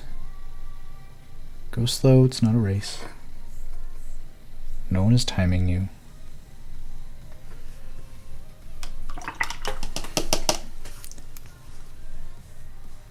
Alright. Now I'm going to get this medallion that's on his chest. And try not to get any excess paint onto his face or his arm.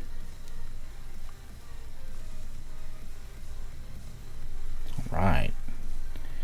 Get this medallion right here. Beginner-friendly face techniques would also be good. Okay.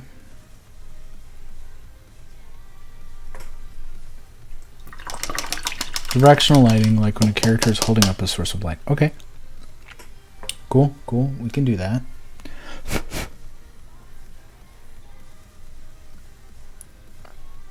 I think that would be a fun one to do. Faces are intimidating. Okay.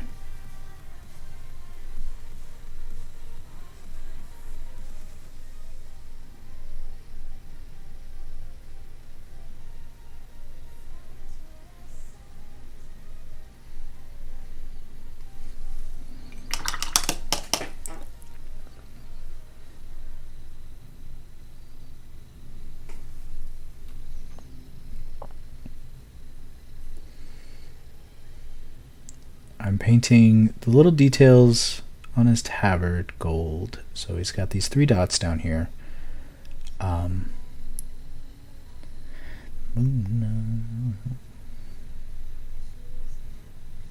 Just to kind of tie it into everything else.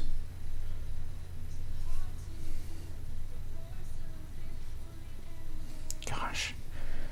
Metallic paint like congeals. It doesn't quite dry. It just gets this like really weird tacky texture. And it's really bizarre.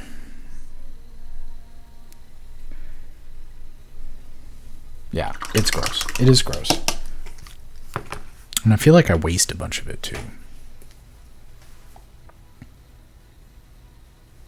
Alright, so we want blending, we want lighting.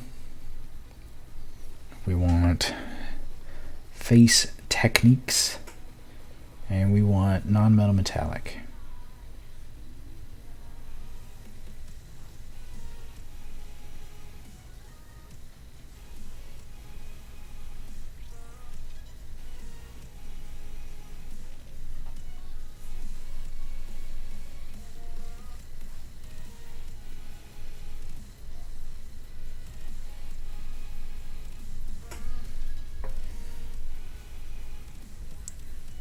So here's another question.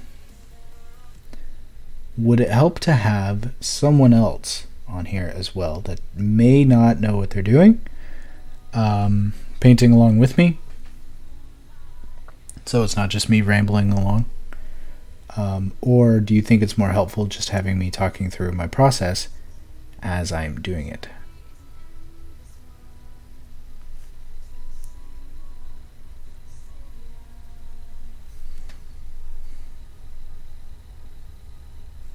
Yes. Yes, to have somebody on with me. I need a noob. Okay.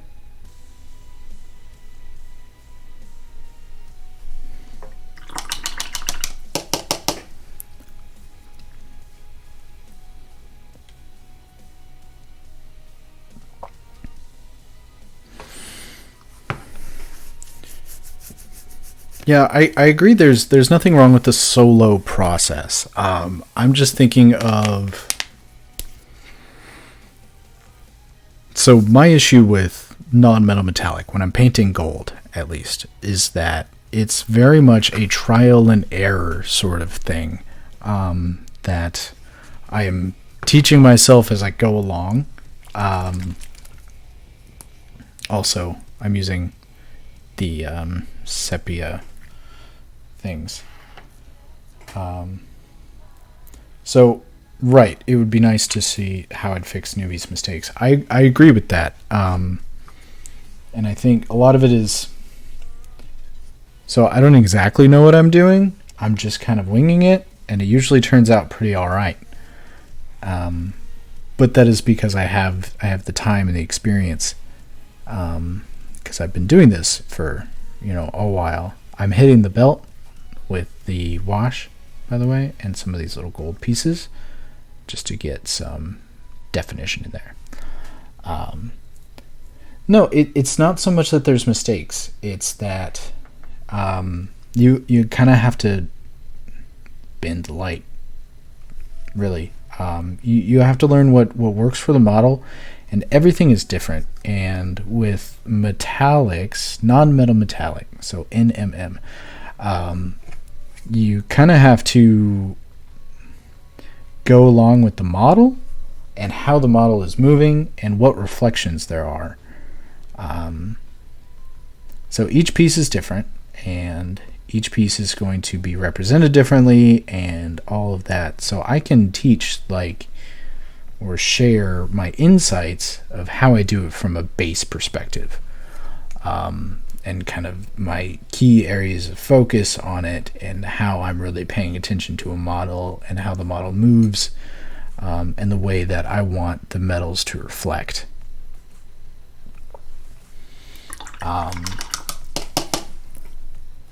So it's very hit or miss there. Now I'm making a lighter gray, so I'm adding a bit more of this ivory to our darker gray, just to lighten it up a bit, to hit highlights of the tabard and the sash.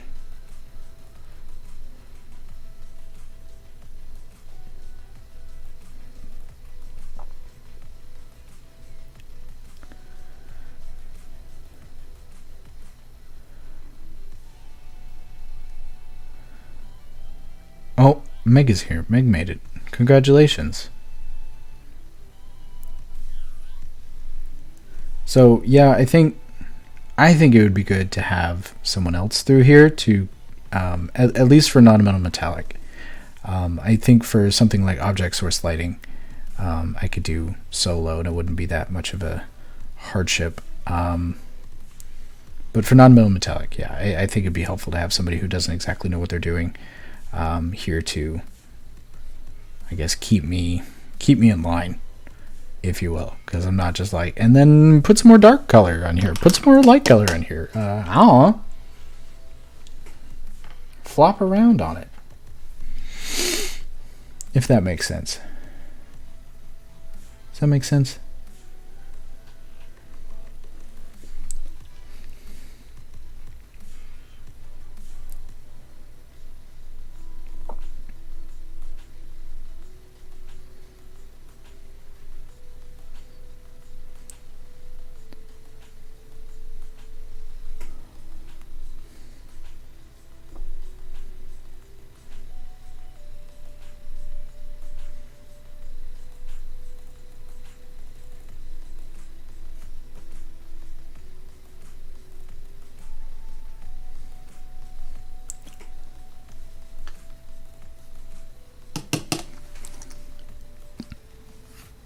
I've run out of black, I think.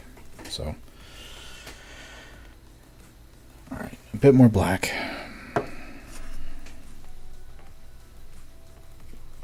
bit more of this ivory color. Teeny, itty bitty. We need tiny touch of black because black goes a long way. Okay, a little bit more because that didn't quite go as long as I wanted it to. There we go.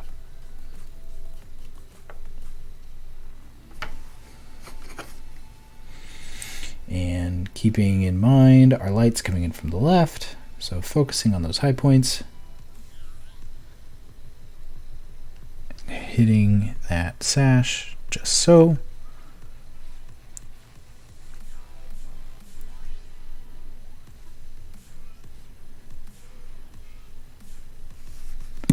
Oops, sorry. I paint my microphone a lot.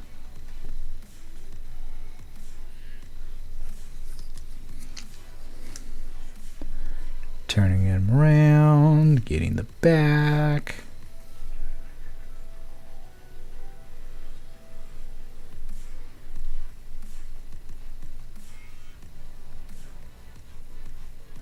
Oh, we never hit the highlights for this guy's skin. That's why it's looking so weird to me.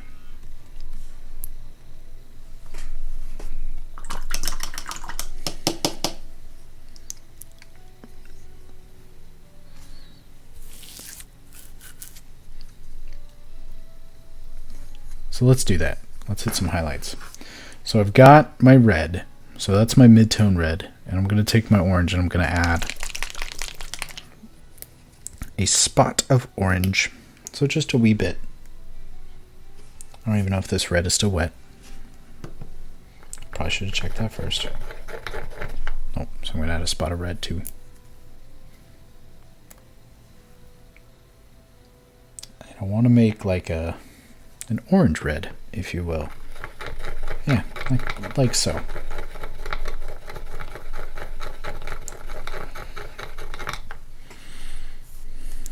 For this, I'm going to use my one brush, and I want to thin it down like I did the base coat. So, yeah, like so. I don't want it as thin as the wash is.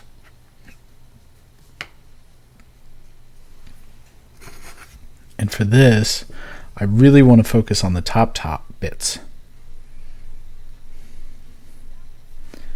And I don't want to go all the way to the edges or anything like that. I just want to hit the very tips of places where the light would be the strongest on it. And if you keep in mind that where you're pulling the paint to where you want the spot to be the brightest, it'll really help you out.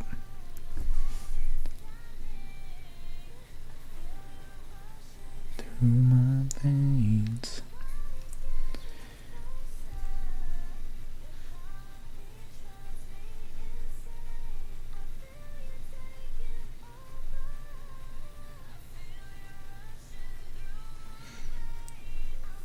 We still have some wet wash on here, but I think as long as we're careful, it should be alright. Oh no, I gotta stretch. Hold on. I'm doing the colors. And a hydrate. Jeez, Kayla.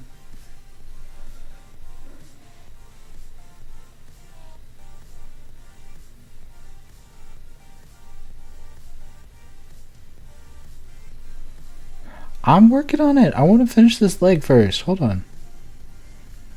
Get the tips of the toes. The tips of the toes. Top of the foot. Tip of the ankle bone.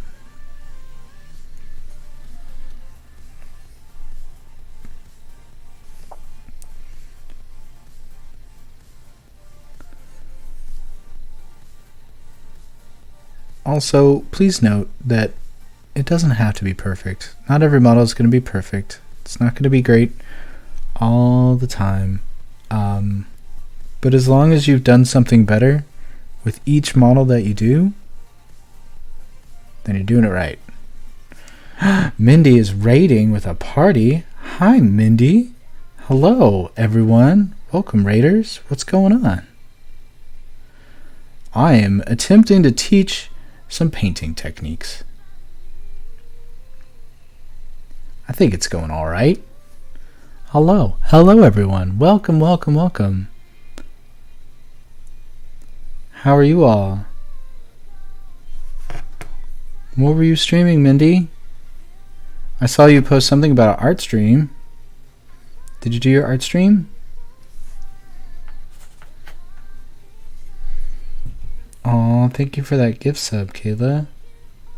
Welcome. Stardew Valley. Heck yeah. Oh, hey, come here. Nyx came to say hello. Hello. This is Nixie, for those who don't know. Nyx is the void. She's very sweet. She's a good kitty.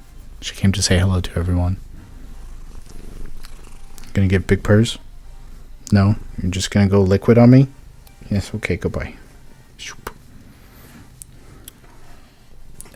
She's very sweet. Very sweet. So we are highlighting this Efreeti. We're working on some basic painting techniques. There are some here painting along. There will be a video on demand in case there's anyone interested. I guess for the people who just came in, by the way, hi, I'm Lee. I'm a miniature painter. Been painting for a few years. It's a lot of fun and I enjoy it. That's it. That's all I got. Yep. Betrayal by the void. Oh, thank you for the bits.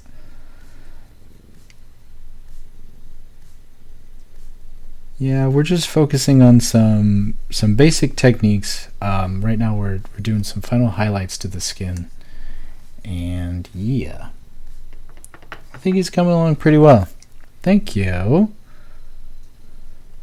So I want to get the tips of the fingers, around the thumb, kind of these high points in the hands where the bones are, or where the bones would be if, tiny plastic people had bones. Yeah. I'm going to get a little bit on the chest because I want some variance there. Trying to keep in mind where the light is coming from. And just hit those spots. Again, it doesn't have to be perfect. And if you decide that some place needs more than another, then you can go back in with some more layers. And contrast is your friend here. So you want those deep shadows. You want those different marks. Yeah, but it really brings it out. It really makes it pop. It makes a big difference adding that top highlight here. So, and we didn't want it too thick, so thinning it down really helped a lot. I think if we had gone any thicker, it might have been too bright. It might have looked a little awkward. So, it's nothing you can't change and you can't paint over if you decide that you don't like it, or you want it to be a little bit smoother or a little darker or even brighter. You can always change it. It's just paint. Nothing scary about it. Sometimes it's rude, but it's not scary. Yes, Streamlabs. Ta-da!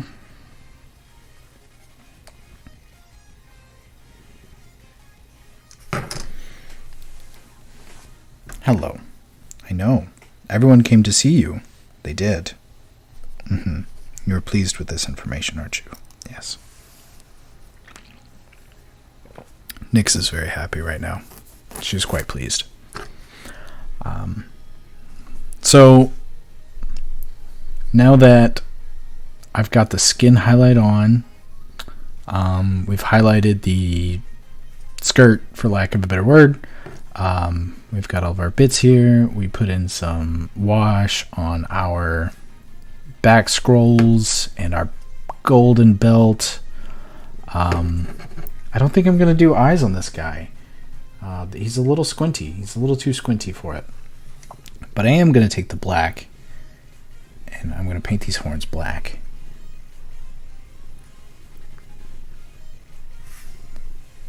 Going slow. Taking my time with it because I don't want to overpaint or go over the lines. And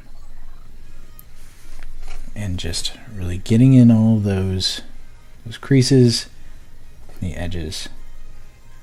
And we can highlight this with the ivory too if we want.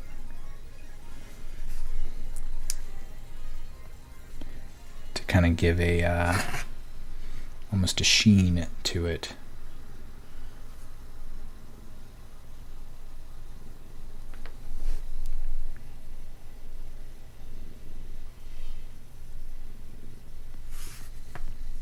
And I did just notice he has earrings in his ears.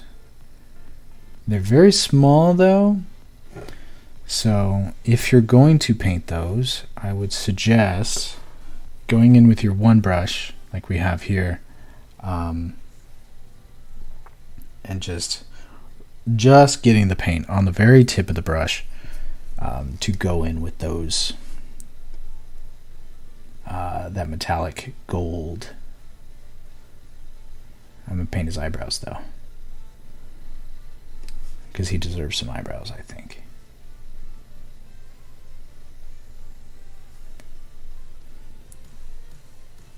Oh, that one got a little wild, but that's all right. Looks like he's got a little bit of a goatee also. Can hit that.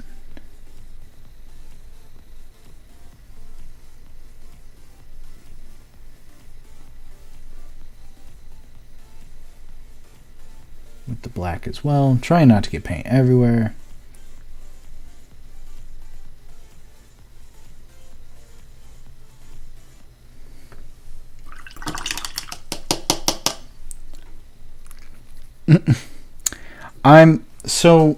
I used to use the really tiny brushes, but I don't know. I feel like I don't have as much control because they're so thin that they're almost flimsy.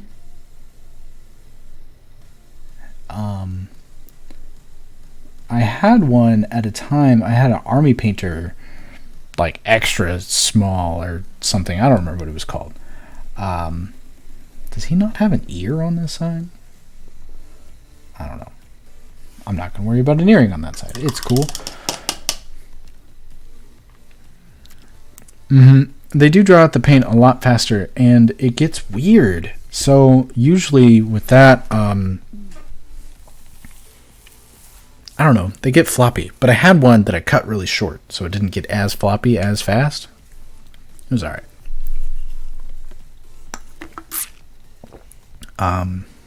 Brush control comes with experience. It's a thing. It's a whole thing. Yeah, Game Envy's is really short. I have one of them right here. So it's pretty nice.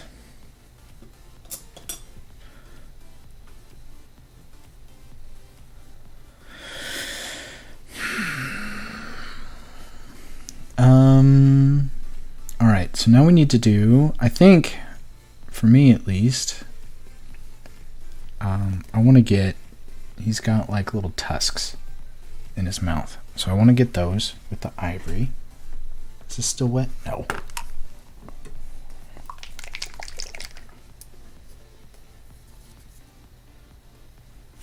So here's what I'm going to do. I'm going to take 2 drops of ivory and I'm going to put it back 3 drops. Yeah. 3 drops of ivory. Put it there. I'm going to take a little bit of paint just on the very tip of the brush on my one.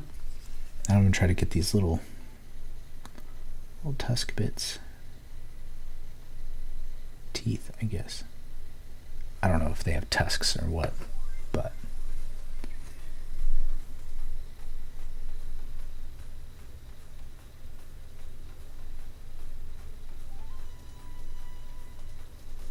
and I just smeared paint all over them. That's cool. It's okay. We can take our dark. We can clean up that line on either side.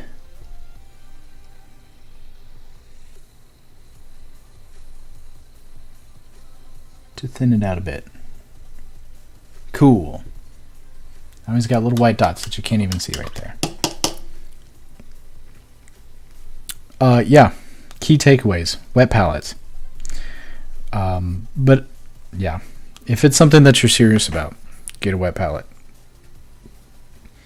Now I'm going to take the 3.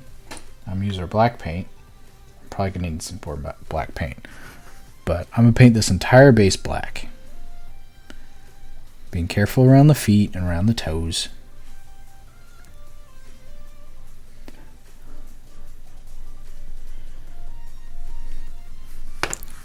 I need more paint.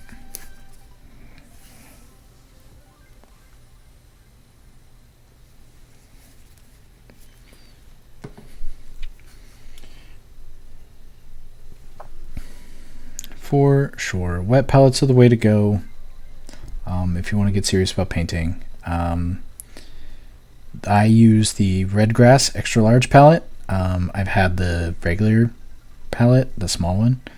I used that for about 2 or 3 years, 3, 4, I don't know, some time. I used it for a time, and it was great.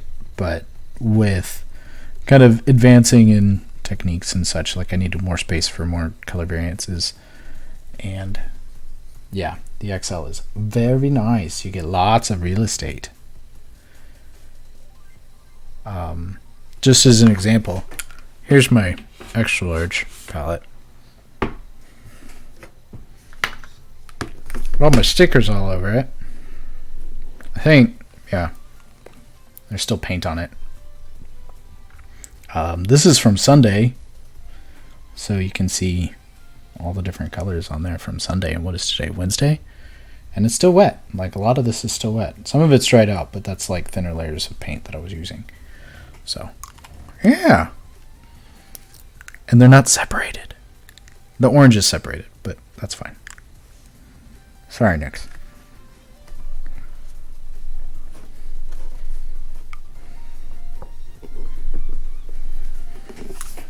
Alright. Anyway, I was painting black. I very much enjoy monument paints, but I know that everybody has their paint preferences, and that is okay.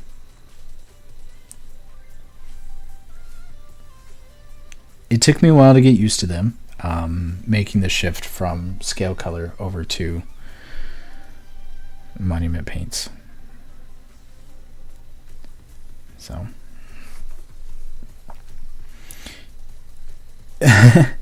it's good for stickers for sure. Yeah, the one from Redgrass Games is by far. It hasn't led me astray yet, and I've had it for multiple years. So I know Game Envy carries one. I know that there's a few on Amazon. I think Citadel has one. I think Scale Color just released one. Scale 75 rather, because Scale Color is their paint line. Yeah, I mean, find whatever one works best for you and your budget, and there's tutorials of how to make them out there, but this Redgrass one is nice, and it looks cool, and it's easy to store. I think, what is it, Michigan Toy Soldier carries them, so it's not shipping out of France. I don't get Citadel anything because I don't feel like any of it's worth it, but yeah. Well, thank you for coming by, Tiny Poison. Well, thank you, Mindy, for bringing all of your friends along. I appreciate it. Have a wonderful evening. Thanks for sticking around.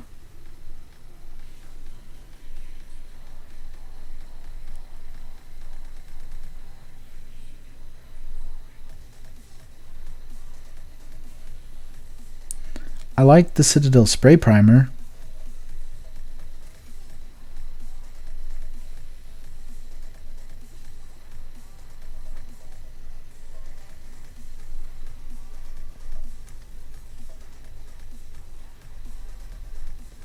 Again, to each their own, and that's cool. Find what works best for you and your practices and such. I like the Reaper paints a lot. I actually started painting with the Reaper Learn to Paint kit.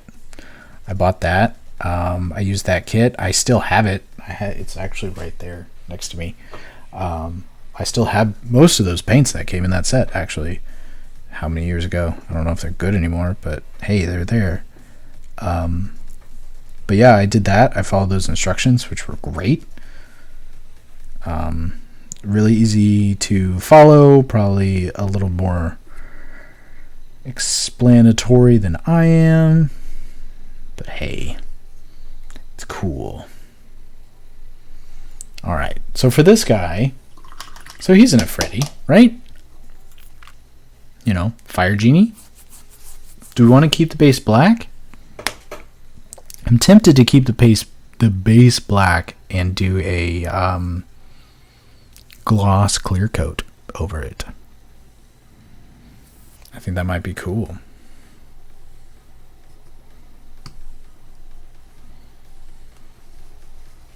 Yeah, like an obsidian kind of look to it. Yeah.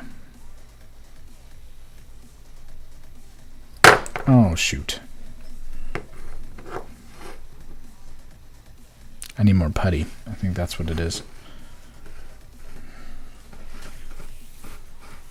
I'm gonna let it dry. Don't touch it. Let it dry. Dry is that command. Oh. But I think for me, the only other thing I would do is this. I can do this while the base dries over here. I don't want to get black paint all over. My hands are clean. I'm going to take the silver and I'm going to put it back on my palette over here. And I'm going to take my one brush. I'm going to do an edge on this sword. So just this top portion. Nick, don't move. I'm using your head as an armrest. Very slowly.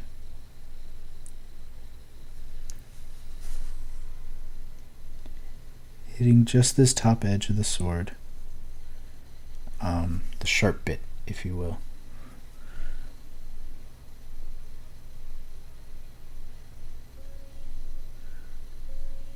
I'm going to do this on both sides of the blade. But just to brighten up the edge, that sharp edge, to bring that out a bit.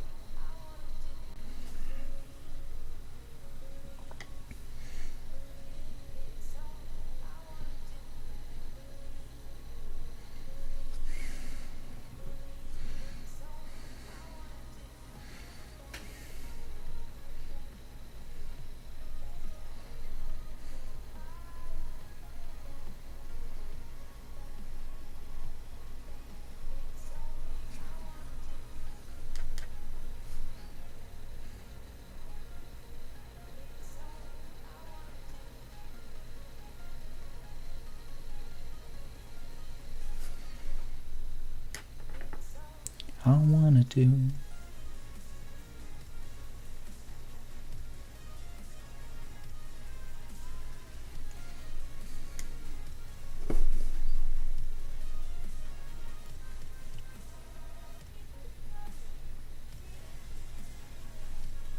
Here we go. Just to give a bit of, like, yeah, fanciness to it, almost.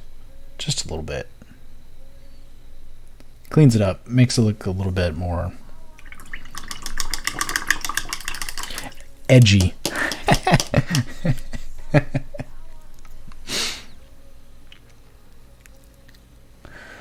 Oh, goodness. I laugh at my own jokes. It's cool. No big deal. It's gone.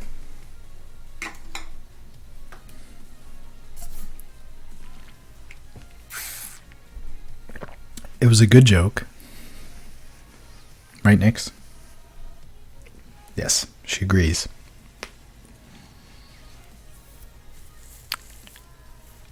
I do. I paint my thumb. So the reason I paint my thumb, I'll show you. What's still wet? The red is. So sometimes, like, you'll dip your brush in, right? And we've got a pretty big glob there. Like, it's not very defined. So when holding a model or holding something, like, it does multiple things. For one, I can take off the excess paint, right? So you can see all that paint that was on there. And another thing you can do is you can check the consistency. So I can see how thick it is or how thin it is. See how you can see the texture of my skin right there? So you know that it's not too thick. And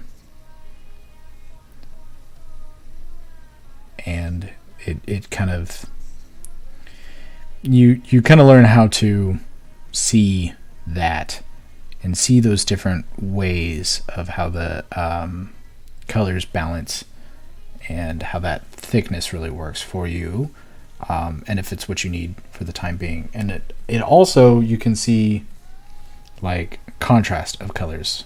Like, do I want to put those two colors together or not?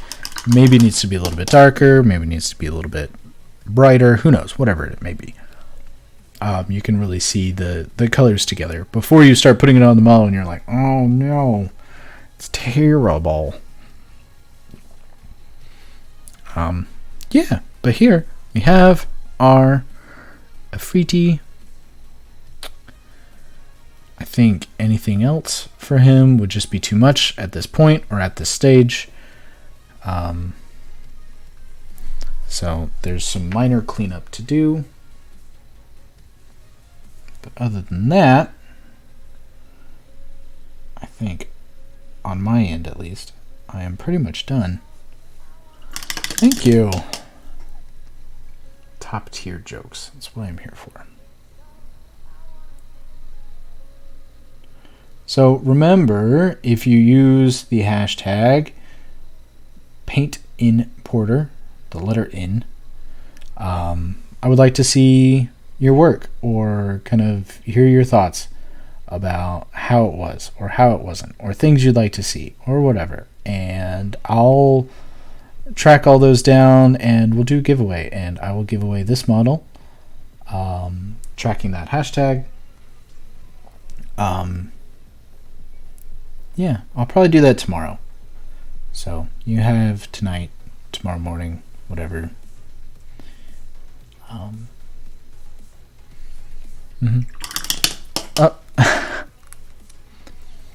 Kayla should also have a sword. Is that a thing? Kayla, do you even want a sword? Liz requested the sword. So.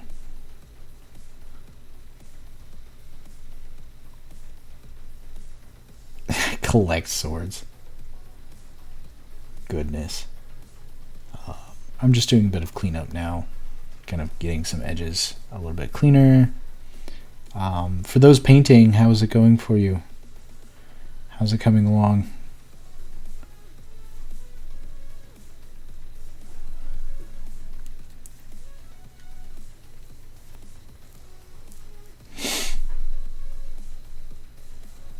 Yeah, thank you for coming by. I appreciate all of you who came. I had a lot of fun with this. I think this was cool.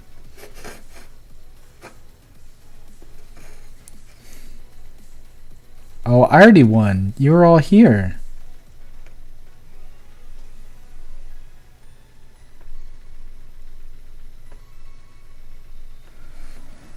I know, right? Aww.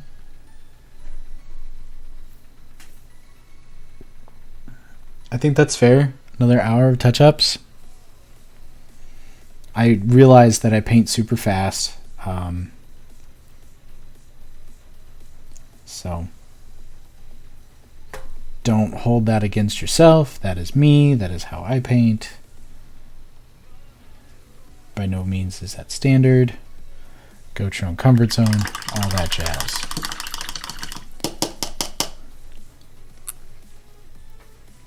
I'm glad I could do this. I'm glad it was helpful. Or yeah, touch-ups are important. I've already done a few. I'll probably do a few more to them. But yeah. Okay. I'm happy with them. I think it came out pretty cool. And that was a lot of fun. It was fun doing this. It was fun painting along with you all, or talking with you all, answering your questions. And if you ever have any other questions or anything like that, like I'm always online. I'm always available. You can shoot me a message. You can at me or whatever it is, and we'll do some more of these. Alex is here. Hello.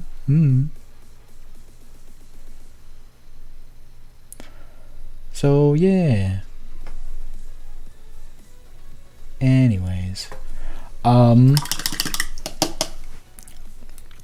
well, good. I'm glad it made you less intimidated. A lot of people are like, I'm so intimidated to paint. I'm like, The figure isn't going to do anything to you. The paint is non-toxic. You'll be all right.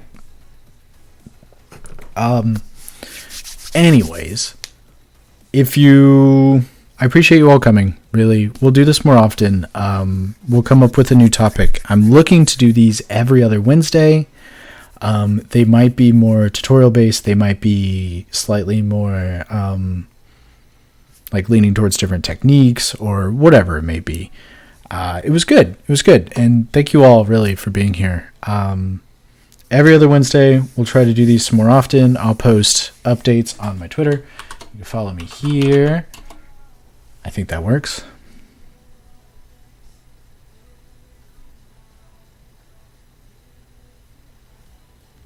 Oh. Wow. Anyways, Streamlabs can't post links. It's cool. Make Streamlabs a mod. Yeah. Yeah, you can follow me on Twitter. Thank you, Liz. Best mod. Follow me on Twitter. I'll post updates there. Also, I guess none of my things are going to work. None of my other links. Kayla is doing a painting stream tomorrow, which is going to be awesome. Liz is going to be painting along with her. So if you're interested in more painting stuff, you can join them on Kayla's channel. I would post the link here using the command, but it's not going to work. 8:30ish. Oh, thank you, Liz. Liz posted the link. You could check that out. And then also on Sundays, I paint with Liz over on their channel there. There's one for that. I'm sharing all the painting goodness. We paint on Sundays. There's supposed to be a link there. So yeah, you could go there, and we also paint there. Painting on Sunday. I think we're working on a Kingdom Death model right now. This is my barrister. Where's my focus point? Either way, it's pretty cool. So yeah, it's going to be a fun time. So come hang out with us on Sunday. More painting goodness tomorrow. I'll try to do this again in 2 weeks. So yeah, mark your calendars. It'll be great fun. Thank you all for coming. I appreciate you. Have a wonderful night. Have a great week. Everything's really crazy right now. There's a lot of insanity going on. There's a lot of really intense stuff. So take care of yourselves. Drink water. Be good. Be nice to each other. Yeah. All right. Good night, everyone. Thank you all for coming.